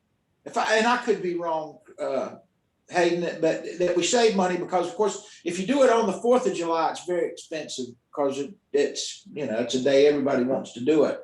But I was thinking it was done a couple of days before. And I guess we did it on Family Fun Day. Did we ever have Family Fun Day later in the month or early July, or am I just not remembering right? We have only hosted fireworks 2 times that I'm aware of, and both of those were the beginning of June. Gotcha. All right. Question be recognized, Mayor. It's Councilmember Morse. Hayden, last year when we canceled the fireworks, correct me if I'm wrong, but we got a lower price to do it this year. Refresh my memory, how did that work? Yeah, so last year we had the deposit. So I'll give you some rough numbers. I apologize, I don't have the exact figure. I think we were looking at shooting a show for like $14,800. We gave them a 50% deposit, so whatever that works out, call it 7,500 for easy math. There was an agreement that we came along with the firework company because we could not shoot last year. That was us, choosing not to. We agreed to take a 50% of that deposit and kind of double down on the show. So essentially, the next show we would shoot would be $17,000-ish. If we did not kind of come to that agreement with the firework company, we would have lost that deposit. So essentially, we said we will give you $3,500 again, roughly, so that we can carry that deposit over to another year. That year was supposed to be this year. When we made that decision back in May of 2020, no one kind of envisioned that this would be occurring. We've already had conversations with both our ride company and our firework company. The largest contracts that we signed for Family Fun Day, and they are both able and willing to push those to 2022 at no additional cost. Okay, thank you. Any other questions for Hayden? I've got one. So what if we pushed it off until August? Would there be any issues? Again, assuming that we could have, a larger crowd, that would be absolutely. Crowd and dollars come down to essentially the biggest question right now for events. So the one of the major questions is, what are the numbers going to be like?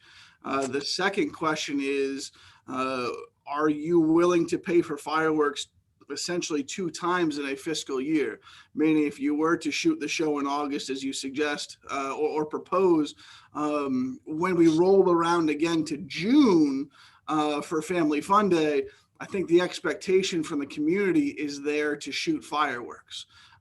So again, would you be willing to cut a check in August and another check in June that falls within the same fiscal year? I'll shoot fireworks every day if you'll let us cut the check. I guess it just depends on how stir crazy everybody is, maybe. Absolutely. That's probably a 2-month planning process as well, Councilmember Head. Again, it's something working with the fire marshal, getting permits. It also has to deal with the availability of our firework vendor.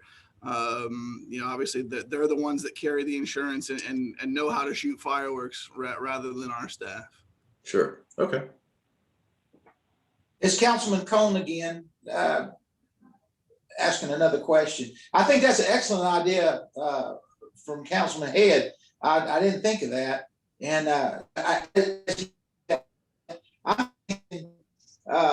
and I know we may be belaboring this a little too much, but if we did it in August, maybe we could do it in September when it cooled off a little bit, instead of having and I'm just thinking of the heat in August, and possibly having a Labor Day celebration or something like that. And as far as the putting it on the budget, the same budget, really what difference does that make as long as you're spending the money? You're just spending it in a different month in a different year. If you got the money and you can spend it, you can spend it. If you don't, you don't. But that to me doesn't make any difference whether or not it's in the same year or not. And I think that's an excellent idea. Is maybe we could hold off, because I agree.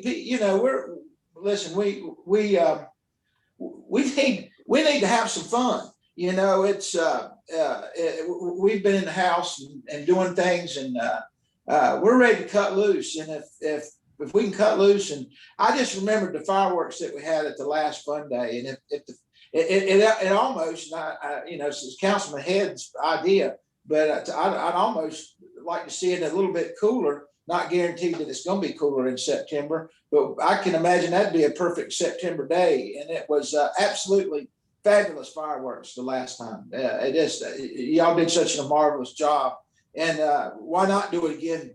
It's to me, it's 2 different years. It's you're doing it in 21 and then 20 and again in 22. The budget shouldn't make any difference on what budget goes on. That's just my I guess statement or ideas.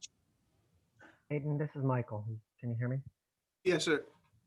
Mr. Head and Mr. Kona brought up the possibility of doing fireworks and holding them off this year until hopefully having a fall festival, and then again bringing them back in June, which I understand it's in the same fiscal year. Would it be possible for you to put together some numbers and the feasibility of this and bringing it back to council as soon as you can get that together?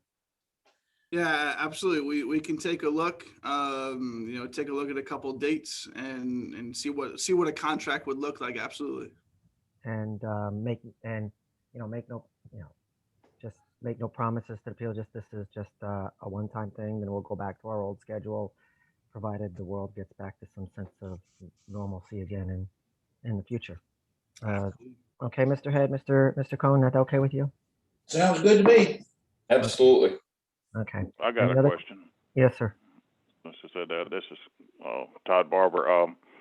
Don't we normally have a fall festival every year? We Mr. do. So Kramer?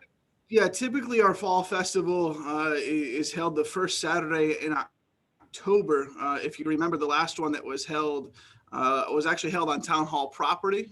So that was when the turf field was under construction. So town hall property was used.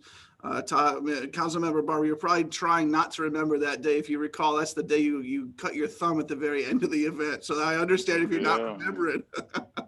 Oh, that's okay. I've been setting up twice a year with the town, with the Lions Club, and and it seemed like that, there was always like you said, the June, you had the spring festival, and we usually had a fall festival. So I was just wondering with their comments on the maybe doing something in September, since we had a fall festival. If we just, we're combining one festival instead. We're not going to have a festival in September and then turn around and have one in October, I would assume.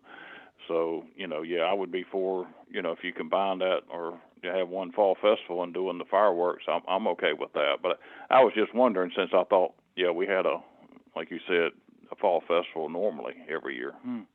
Absolutely. I like that idea. I agree. That was a great idea. I'm not going to complain if we shoot fireworks.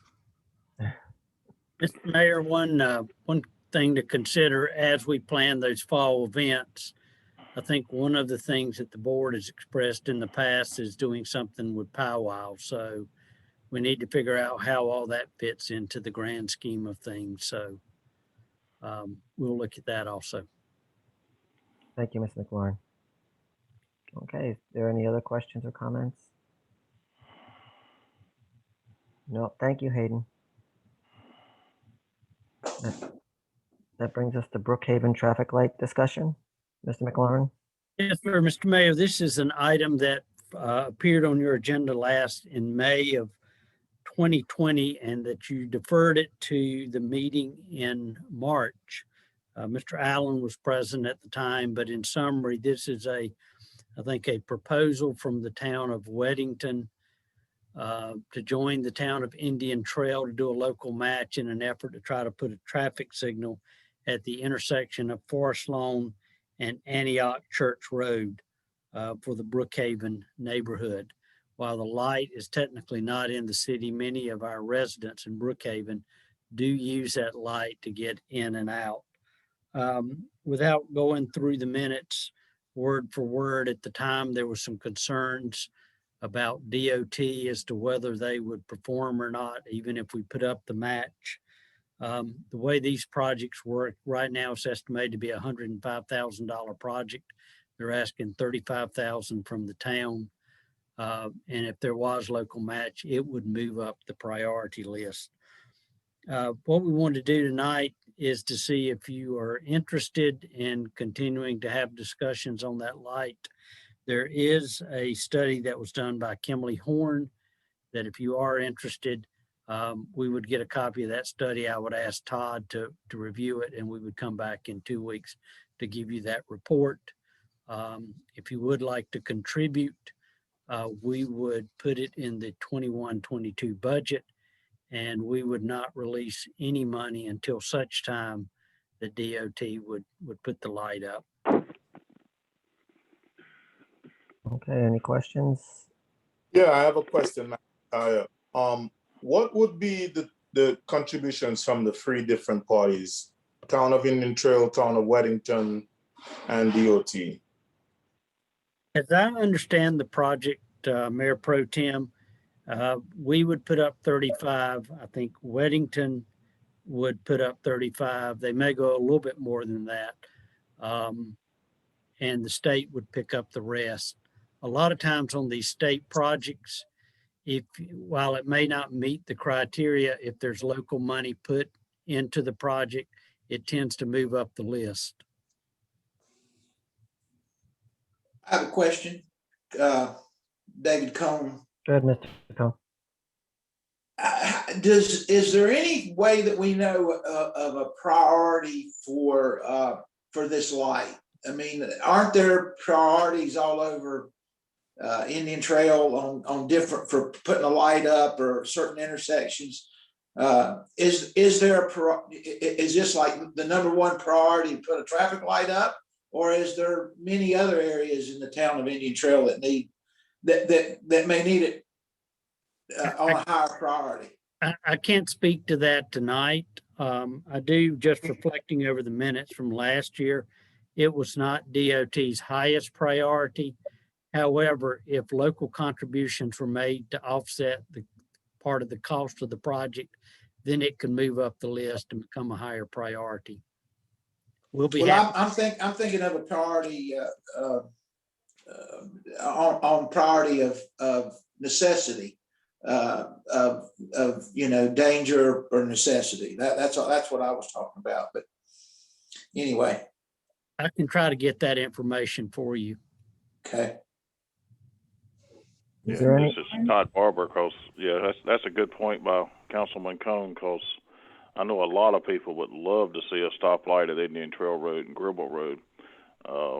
It's becoming a high accident area, and there was an accident there the other day. So, yeah, if we're going to spend money, I kind of like to prioritize it where we need to go. What would be our biggest concern or what needs it the most? That's a good point. Thank you. Lauren, would you like us to bring up Adam and Todd for the discussion? Go ahead, Kathy. I couldn't hear you. Would you like us to bring up Adam McLam and Todd Hunsinger for the discussion? If he has some information, either he or Todd. If it's okay with the mayor and the board. Is that okay, Mayor? Yes. All right. This is Todd Huntsinger. I'll address Mr. Barber's question about Gribble. That is part of the Complete Street project. There will be a signalized intersection put at that intersection. So that is, you're correct. That's about the most important intersection right now, as I can see.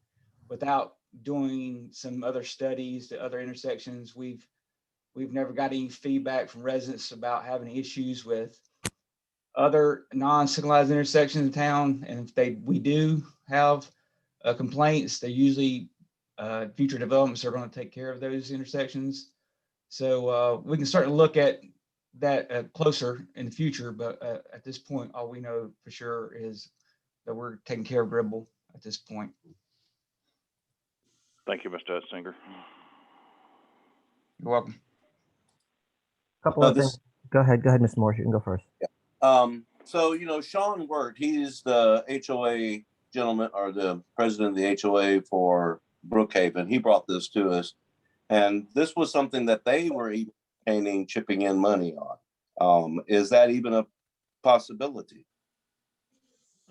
From what I understand, I don't have the latest information on what the HOA is willing to do. I know typically NCDOT will not enter into contracts with HOAs. They tend to recognize more local governments. And Todd, if you've got additional information, feel free to unmute and share that information. Yeah, I think that would have to be an agreement between us and the HOA, and we would just have to, if we wanted to go down that route, we would have to facilitate that transaction beforehand. And then basically, because DOT's Mr. McLaurin is correct. Only municipal agreements can be made with DOT and towns with funding. It cannot do private transactions. Would this be worth reaching out to Brookhaven HOA to see if they're interested in partnering? I would absolutely agree with that if they're interested. Wouldn't be anything like, be the same difference as, people get neighborhoods all the time wanting to fork out speed hump installations that they'll spend on their dime. And so we work with them, even though it's going to be in our right of way, to facilitate that, as long as it makes sense as far as staff's concerned. So I wouldn't see it any differently than that. Well, I would hate. Mr. Moore, go ahead, Mr. Morris. Yeah. How would the mechanics work? Do we as a council need to decide if we're even interested in doing some cost sharing and then at that point approach the Brookhaven, or how would that work? Well, Mr. Morris, if I'd interject, there's been a couple of questions raised here now beforehand. Before anybody, if you want to continue the discussion, you would talk about if you reach out to the HOA first and see if they're interested in cost sharing before we even discuss a cost sharing in the town. And two, probably getting a visual map put up on the screen for the council to see where the light's exactly going to go and priorities lists. There's a couple of good points brought up. So I'd make the recommendation to council to table this and get those questions answered and bring a more refined discussion to the table, if that's okay with council. Unless you guys want to discuss it more. Good by me. Yeah, I'm okay with that. Okay, everybody else okay with that? Is there any opposition to that? I have no opposition, McIntyre here. Were you in no opposition or you're in? No opposition, no Okay. opposition. Okay, sorry, my earpiece isn't working as well as it should. Okay, if there's no opposition to that, and Ms. McLaurin, you're okay with it, we will table this and have the specific questions answered. If you want to send out an email to council to get any specifics for it, to bring it back. And honestly, there's probably no rush for this because the fact that DOT says they'll bring it up the priority list. I've heard that somewhere once before with cost sharing, and it doesn't, we've only been waiting 20 years going up the priority list with a major road. So yeah, there's a little bit of sarcasm there. Yes, sir. We'll be glad to do it. We'll clarify the points that the board would like. And once we have that information, then we'll schedule it for a discussion item. Okay, thank you. So we'll take, that's been tabled. You got that? You have that, Kathy?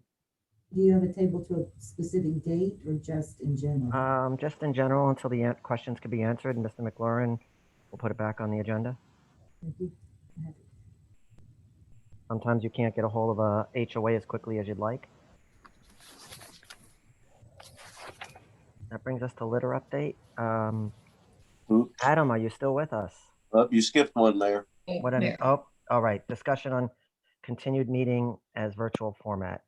I guess that's me.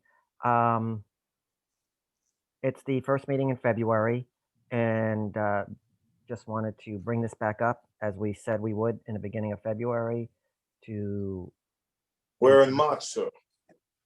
Going back to if anybody has a taste in their mouth to go back in public beginning in April, or set a date or set another date for bringing this back for another vote. I would love to go back to meeting in person.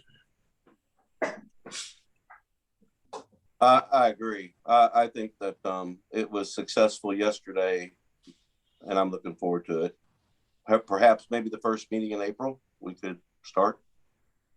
The council members. I would bring up to if there's going to be a motion on this, to frame it as go back to in-person meetings as of the first meeting in April, pending no worsening of the pandemic or any other restrictions being placed.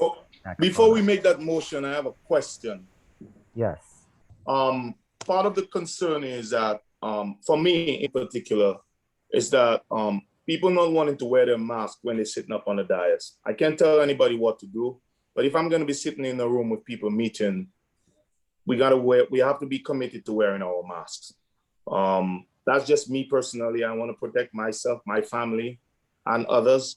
So I choose to wear my mask all the time. If people don't want to do it, that's fine. But I am not prepared to come into a meeting where people are sitting up on the dais not wearing a mask. And I want to be very clear about that. I'm going to clarify that for you, Mr. Barber, as long as there is a order in McIntyre place. is the one who spoke, so McIntyre. Not Mr. McIntyre. As long as the governor's orders are in place for government buildings, and as long as Indian Trail has one in place for a government building, town council should follow the same rules. I have no problem with that. I'm all for it. I'm all for coming back. Okay, so we'll need a motion if you want to frame it. I'll make a motion to starting first meeting in April that we come back, no longer go virtual, we'll come back into the town hall and just follow the governor's guidelines on whether or not we need to wear a mask or not inside. How's that? Mr. McIntyre, Mr. Cohn has made the motion to begin in-person meetings for the first meeting in April. Before we vote, can I ask a question? Yes. If this is approved and we do go back to live meetings, and Councilmember McIntyre is uncomfortable in the setting, he is still okay to log in remotely and attend virtually? Yes, he is. He has full power of his office to log in remotely. We do have that policy in place. We wouldn't want him to be uncomfortable in any way, shape, or form. Mayor Alvarez, and while we're still under the state of emergency, he can still call in under the state of emergency, and it's considered a remote meeting, even though we all decide to come back in person. Attorney Walter, do you have any comments on that? No, that's right now, the rules are that one person remote does render a remote meeting. There's really no impact except on the public hearing aspect where you can't vote the same night. We have to have that 24-hour available window for additional public comment, but that would really be the only impact on keeping meetings remote. And I would recommend that even if we are live during this pandemic state of emergency, that we continue to accept public comment and via email as we're doing now, so that those members of the community who are hesitating to go out in public would still have the opportunity to participate in the town's meeting. So just to be clear and to make sure everybody understands, I am not opposed to meeting anyone in person.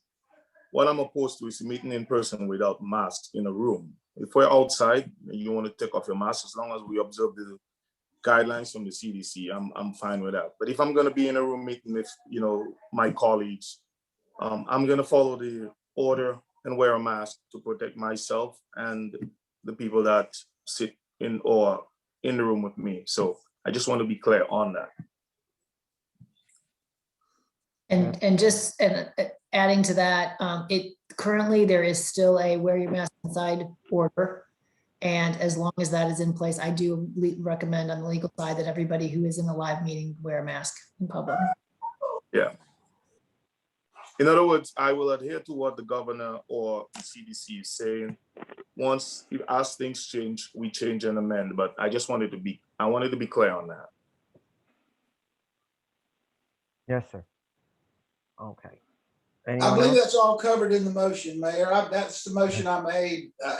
We keep going over and over and over the same thing, but that's all in this. I agree, and I'm gonna repeat the motion as stated.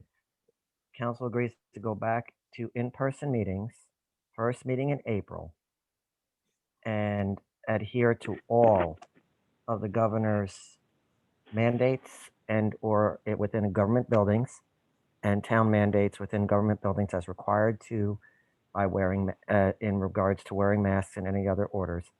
And council also reserves the right to go back to virtual with very little notice if additional restrictions are placed due to an increase in the pandemic or other state of emergency restrictions being placed upon us. Okay. Sounds fair. Okay, Mr. Morse. Approve. Mr. McIntyre. Approve. Mr. Head. Approve. Mr. Barber. Approve. And Mr. Cohen, you made the motion. Okay, that's approved unanimously. Mr. McLaurin, you'll get the word out. And Yes, sir, we'll be glad to. And I'm sure council would agree with me that if anyone in staff is uncomfortable with being there in person, they are free to call in remotely also. Okay, that brings us to the litter update, Mr. McLam. Good evening, Mayor and Council. Nice to see you all again this evening. So staff has been moving forward on litter since we spoke 2 weeks ago. We've had another meeting between ourselves and the Sheriff's Department. I've also had some conversations with litter busters in Union County. I've tried to have some conversations with NCDOT. We are moving forward. We're active now in getting volunteers. We have about 8 volunteers, I think is the last number I had heard, that are signed up. The website's active. Please push people that direction if they want to sign up for our litter pickup on April the 10th with a rain day on April the 17th. That's during the time frame of NCDOT's litter sweep. So we're taking part in that, but just within our municipal limits. We're looking at 3 or 4 streets potentially to clean, depending on how many volunteers we get. We'd also be partnering like we've done in the past to do a litter pickup with a local, company that would do the other streets so that we could say through that process, we had cleaned, all major roadways in town limits. All this we'll be able to pay for out of the solid waste budget because we have a line item in there that we keep every year for contingency for things like this or, just other items that may come up. So there's no new money needed for the budget, just what we'll use it to pay for. Any questions? Oh, I will mention today, Hayden got great information that we have a local business that's willing to donate food for breakfast for the morning for all the volunteers. Well, Can we say who that is? Sure, it's Chick-fil-A. Oh, good, great. Yep. And that's kudos to Hayden. Hayden reached out to them and got that from them. So good job, Hayden. Thank you, Hayden. I have a question, Adam. Yes, sir. Yes. In the contingency for the budget, for the solid waste, excuse me, that money, okay, you mentioned litter busters. Are they, do you know if they're a nonprofit by chance? They are a nonprofit. My dealings with them right now is around trying to work with them to get bags. They've got a good contact with NCDOT for bags and vests and things like that. So that's kind of my reaching out in contact with them, is to try and get some supplies so we don't have to buy all the supplies. Is there any other financial support that they would need to perhaps to do this endeavor of cleaning up the litter? I have not asked them that question. I'm sure that they will take any donations that we would give to them, but I have not asked that question. They did talk with them today, and they're going to be doing partnering with Monroe and with us, and hopefully with Wesley Chapel and Weddington as a joint pickup. So all of those municipalities will be picking up on the same day of April the 10th and working through, cleaning up the county as a whole. One last question. Can you find out, or do we know, does somebody know offhand, how much we have left in our the fund for nonprofits? I think it's a few $1,000s, but if Jim is on the line, he can follow up on that. Or Kathy may have that information. And if not, if we don't have it tonight, we can get it to you first thing in the morning. Yeah, no, it's not necessary tonight. I was just wondering. Thank you. Any other questions? Adam, can you just make sure that that's put on our town Facebook page so I can share it if I somehow have missed it? Yep. So I'm sure Abby will be pushing that out over the next, I see she unmuted herself, so I'll stop talking. Yes, I'm working on finalizing some graphics and a flyer with some of the updated information. So look for those in the next day or two, most likely tomorrow. So yes, if you would please share those, that would be wonderful. Okay, thank you. And I have the funds for the agency FY 2021. We have $1,000 to Queen City Honor Flight, 9/22/20. And then we had a request from Turning Point that we didn't do anything with. So I think our budget was either 4,000 or 4,500, so we should have about 3,500 left. But we'll verify that tomorrow. Thank you, Kathy. Okay, that brings us to the Link Silverline update project resolution. Brandy? If you'll just give me 1 second, I need to switch screens here. So I'm going to pull this down and pull up a web page really quickly. Brandy's going to use an interactive web page.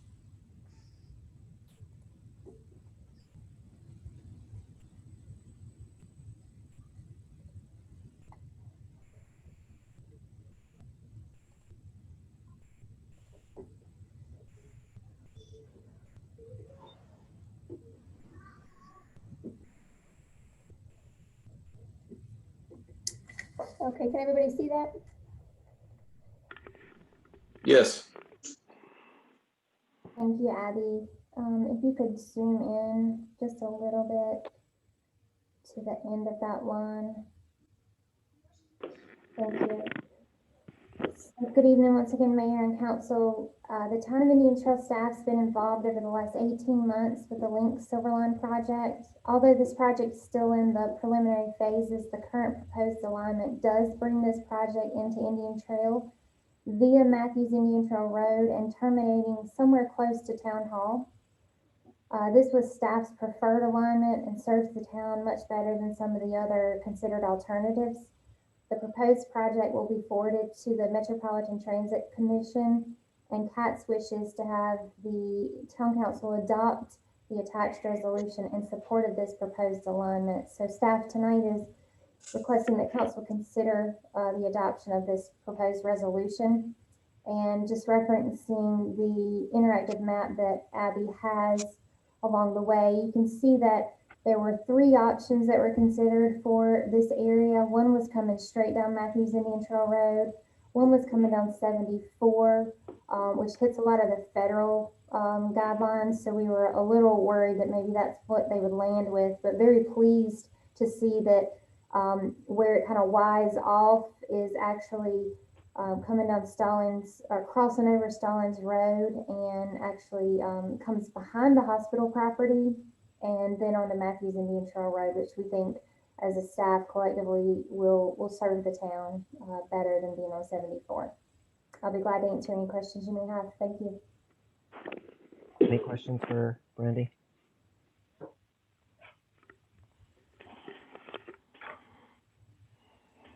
No, Brandy. Thank you. Thank you. Okay, if I saw correctly, that brought us to discussion item on the Union County Board of Commissioners meeting for Thursday, Mr. McLaurin. Mayor, before we go there, Brandy. Aren't we supposed to approve the resolution? Resolution. Oh, approve the resolution, right. Sorry, without my notes or the in front of me. Yes, All right. we need to approve that. Thank you. Is there anything specific that needs to be read? Council, you should have your motion sheets. If there's not, We just need to approve the resolution and the number. The number for the resolution is. I'll make a motion to approve resolution R210309-01 is that you, Mr. Head? in regards to, yes, the Link Silver Line project. Mr. Head's made the motion to approve the Link Silver Line resolution. Mr. Barber? Approve. Mr. McIntyre? Approve. Mr. Morris?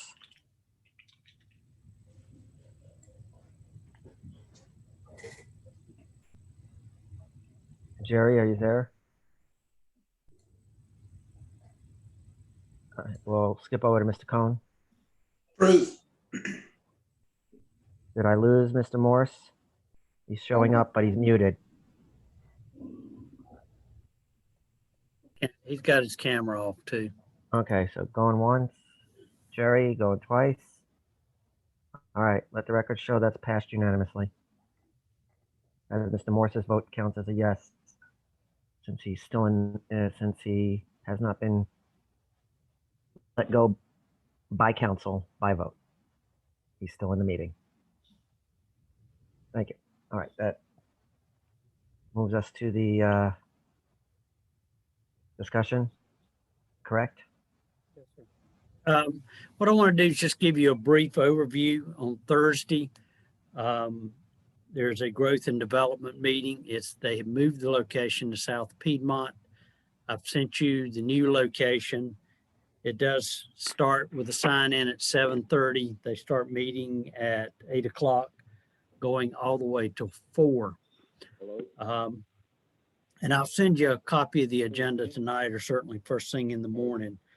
Perhaps the most significant thing out of that is they're going to talk about the draft agreement that they had proposed, the Yadkin project update, the short line water program update.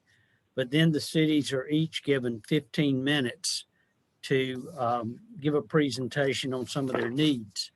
What I sent you today was a presentation we're proposing to present. And I'm not going to go through it slide by slide. I want to thank Abby, Brandy, Todd, and Adam for taking what I did and really cleaning it up a great deal.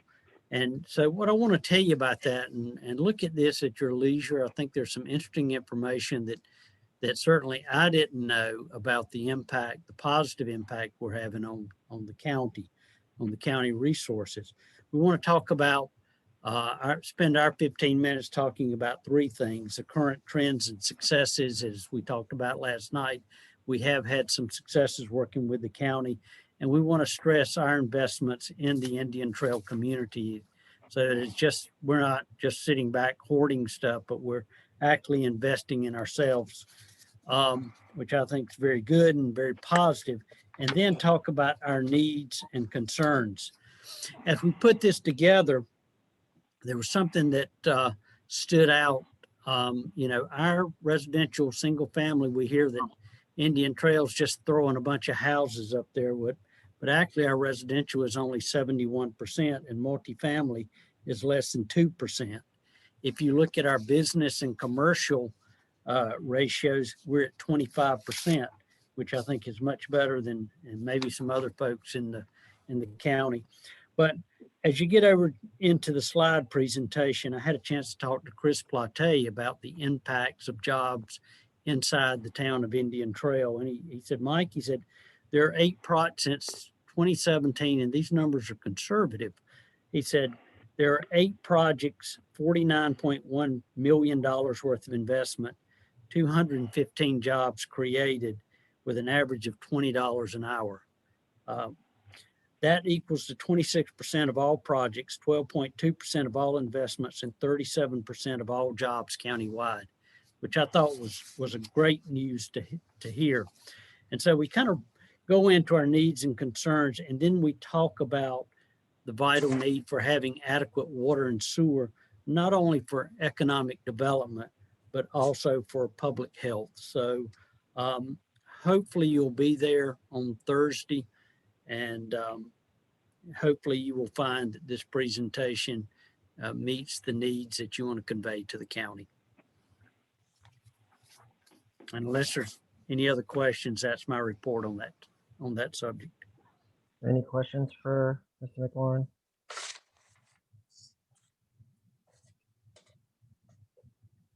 No, Mike, I thought it looked very good, and I plan on being there. Thank you. This is Mike Head. Yes, thank you. Any other comments or questions?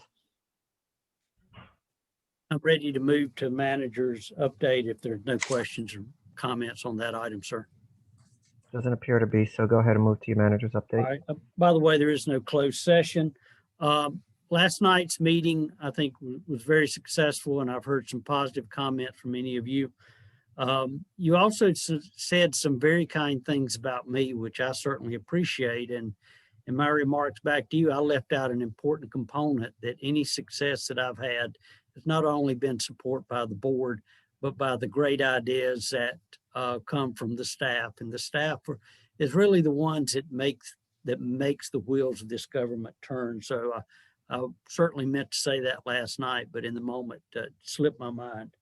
So I want to give credit to them. Also tonight, as you see, it was quite a juggling act with the public hearings, but I think Kathy and Adam and Hayden and Abby all worked well to make it run as seamlessly as possible. And I want to thank them for that. The last thing I want to share with you is that our employees give not only during their work hours, but in their off hours. Coming in this morning, I noticed that there were litter bags, there were a collection of trash bags along Indian Trail Road, thinking that, well, DOT is out cleaning up litter, but I was wrong. Apparently Susan in the tax department, her and a group of others go out there and do this. And I was also informed, I believe, Adam, that some of your folks were out cleaning up Indian Trail Unionville Road or one of those. And I saw some other citizen cleaning up Old Monroe Road. So I want to give a special shout out to all those folks. That's all I've got, Mr. Mayor, unless there's any questions. Any questions for Mr. McLaurin? No, great. Thank you. Council comments? Mr. Cohn. Well, I'd just like to say, I didn't realize that either, Mike, and we've got some great employees or town staff. They're fantastic, and they always have been, and that they do make you look good. I will say that they're gonna make you look good, and which for a good town manager, man, you're just gonna stand out like a sore thumb now. So anyway, I thank them all for doing that, and they're happy. They're happy people if they're out here working.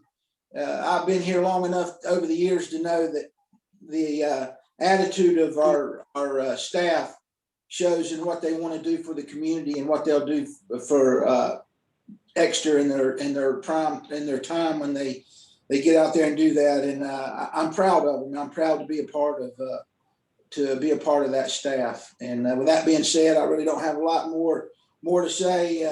I'll look forward to the next meeting, and then the next meeting, I'll look forward to seeing everybody again. Mr. Morris. Yeah, sorry about that. Untimely exit. I was struggling with this phone, and I would have voted yes. So thank you for counting that vote. You couldn't hear me. One thing I wanted to bring to council's attention and anyone that's listening out there in the public, we had the couple of rezoning annexations come before us, but Union County is dealing with this development issue right now. And their planning board just recently voted 6-0 to modify the UDO so that the county will no longer figure in their calculations. They're going to they've been excluding streets and floodplains from density calculations.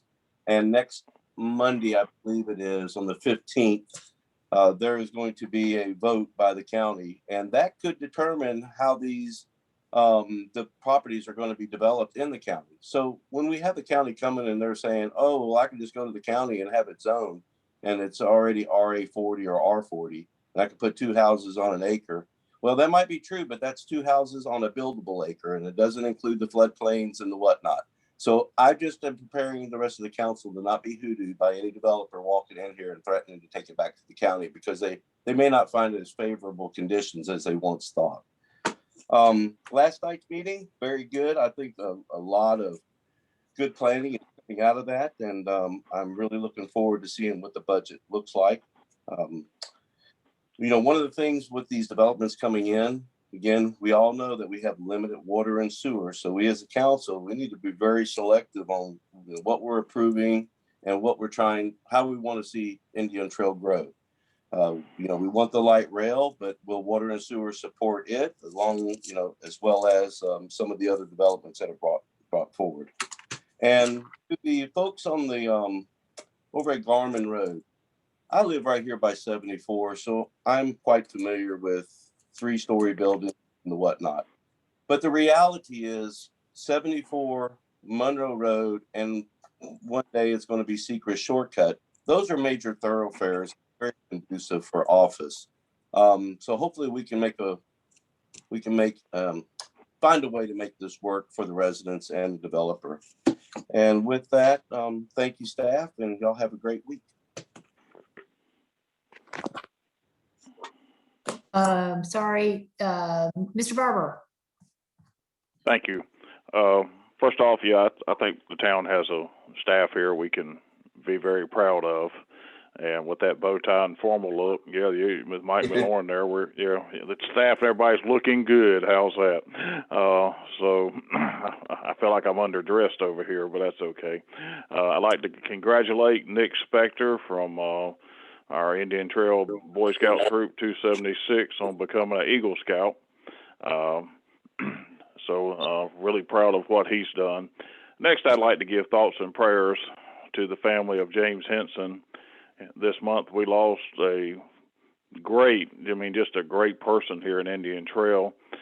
His wife Georgia passed away, like 4 or 5 years ago. She was my kid's Sunday school teacher, but James Henson was a veteran. He was church deacon, wonderful father and husband. He was in the Lions Club here for close to 50 years. Little history here is the Lions Club here started in 1969. In 1970, the Lions Club started the July 4th parade here. They started the parade, and then eventually the town got involved years later. So if you know the gentleman who was standing down there at the end of Post Office Drive telling people when to go in the parade, that's been James Henson for almost 50 years in the town. He has basically directed the parade for a long time, so he's really going to be missed. He was also recognized by the Lions Club. He was a Jack Stickley Fellowship, and if you don't know what that is, that's the highest honor the North Carolina Lions can give a member. So just a great fellow. Went to his funeral, and I know he's got 3 great daughters, and I just want to give a shout out to him and all that he's done for the town. I mean, people like him that started the parade it's our biggest event, So, and it's one of the largest July 4th parades in the area. So, just a shout out to him. Just a great fellow. He sponsored me in the Lions Club, so I've got some personal views here, and just think he was a wonderful person, and he'll be missed. That's all I've got. Thank you. Mr. Head. Well, Mr. McLaurin, you are as debonair as Fred Astaire with that bow tie right there. Now, most people don't even know who Fred Astaire is, but I can see you dancing along. And staff, I continue to marvel at how much further we're going as a town, and all the hard work of everybody really is paying off. I'm very much looking forward to getting away from virtual. As our Mayor Pro Tem said, I'm my wife and I actually have our second dose tomorrow, and then supposedly in 2 weeks we'll be very good. But we've already talked. We're going to continue to wear our mask, and I think it's just appropriate that we continue to wear a mask at all times. It can save lives, as far as I'm concerned. Again, thanks for a good meeting, and I don't have to drive home. I'm safe where I'm at.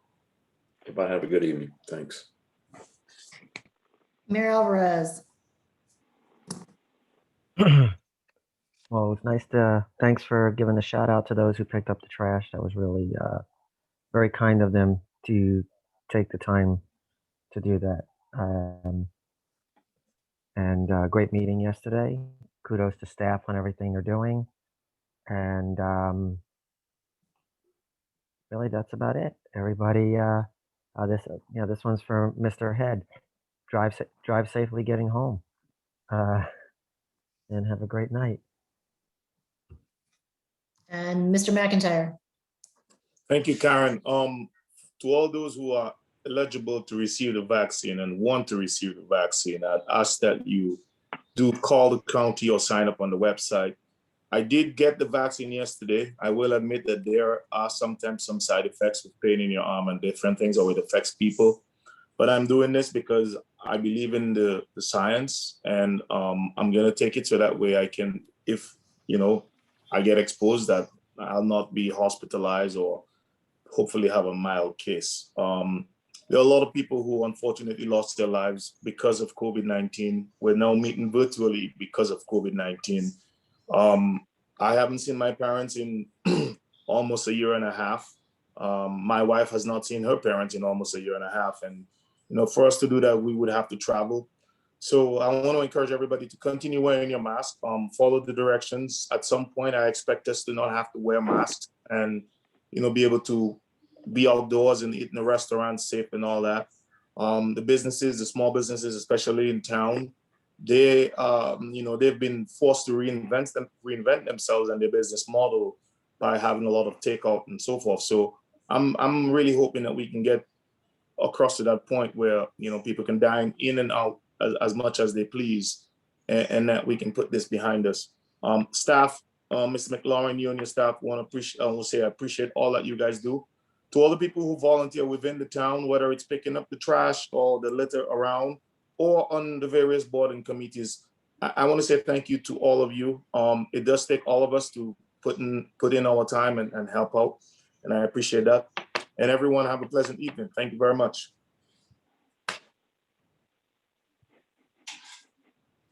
I need a motion to adjourn, please. Motion to adjourn, sir. Was that you, Mr. McIntyre? Yes, sir. Okay. Mr. Morse? He's on mute still. Approved. Okay, Mr. Barber? Approved. Mr. Head? Approve. Mr. Cohn? Proof. Everybody have a good night. Thank you. Meeting. Thanks. Hey, all.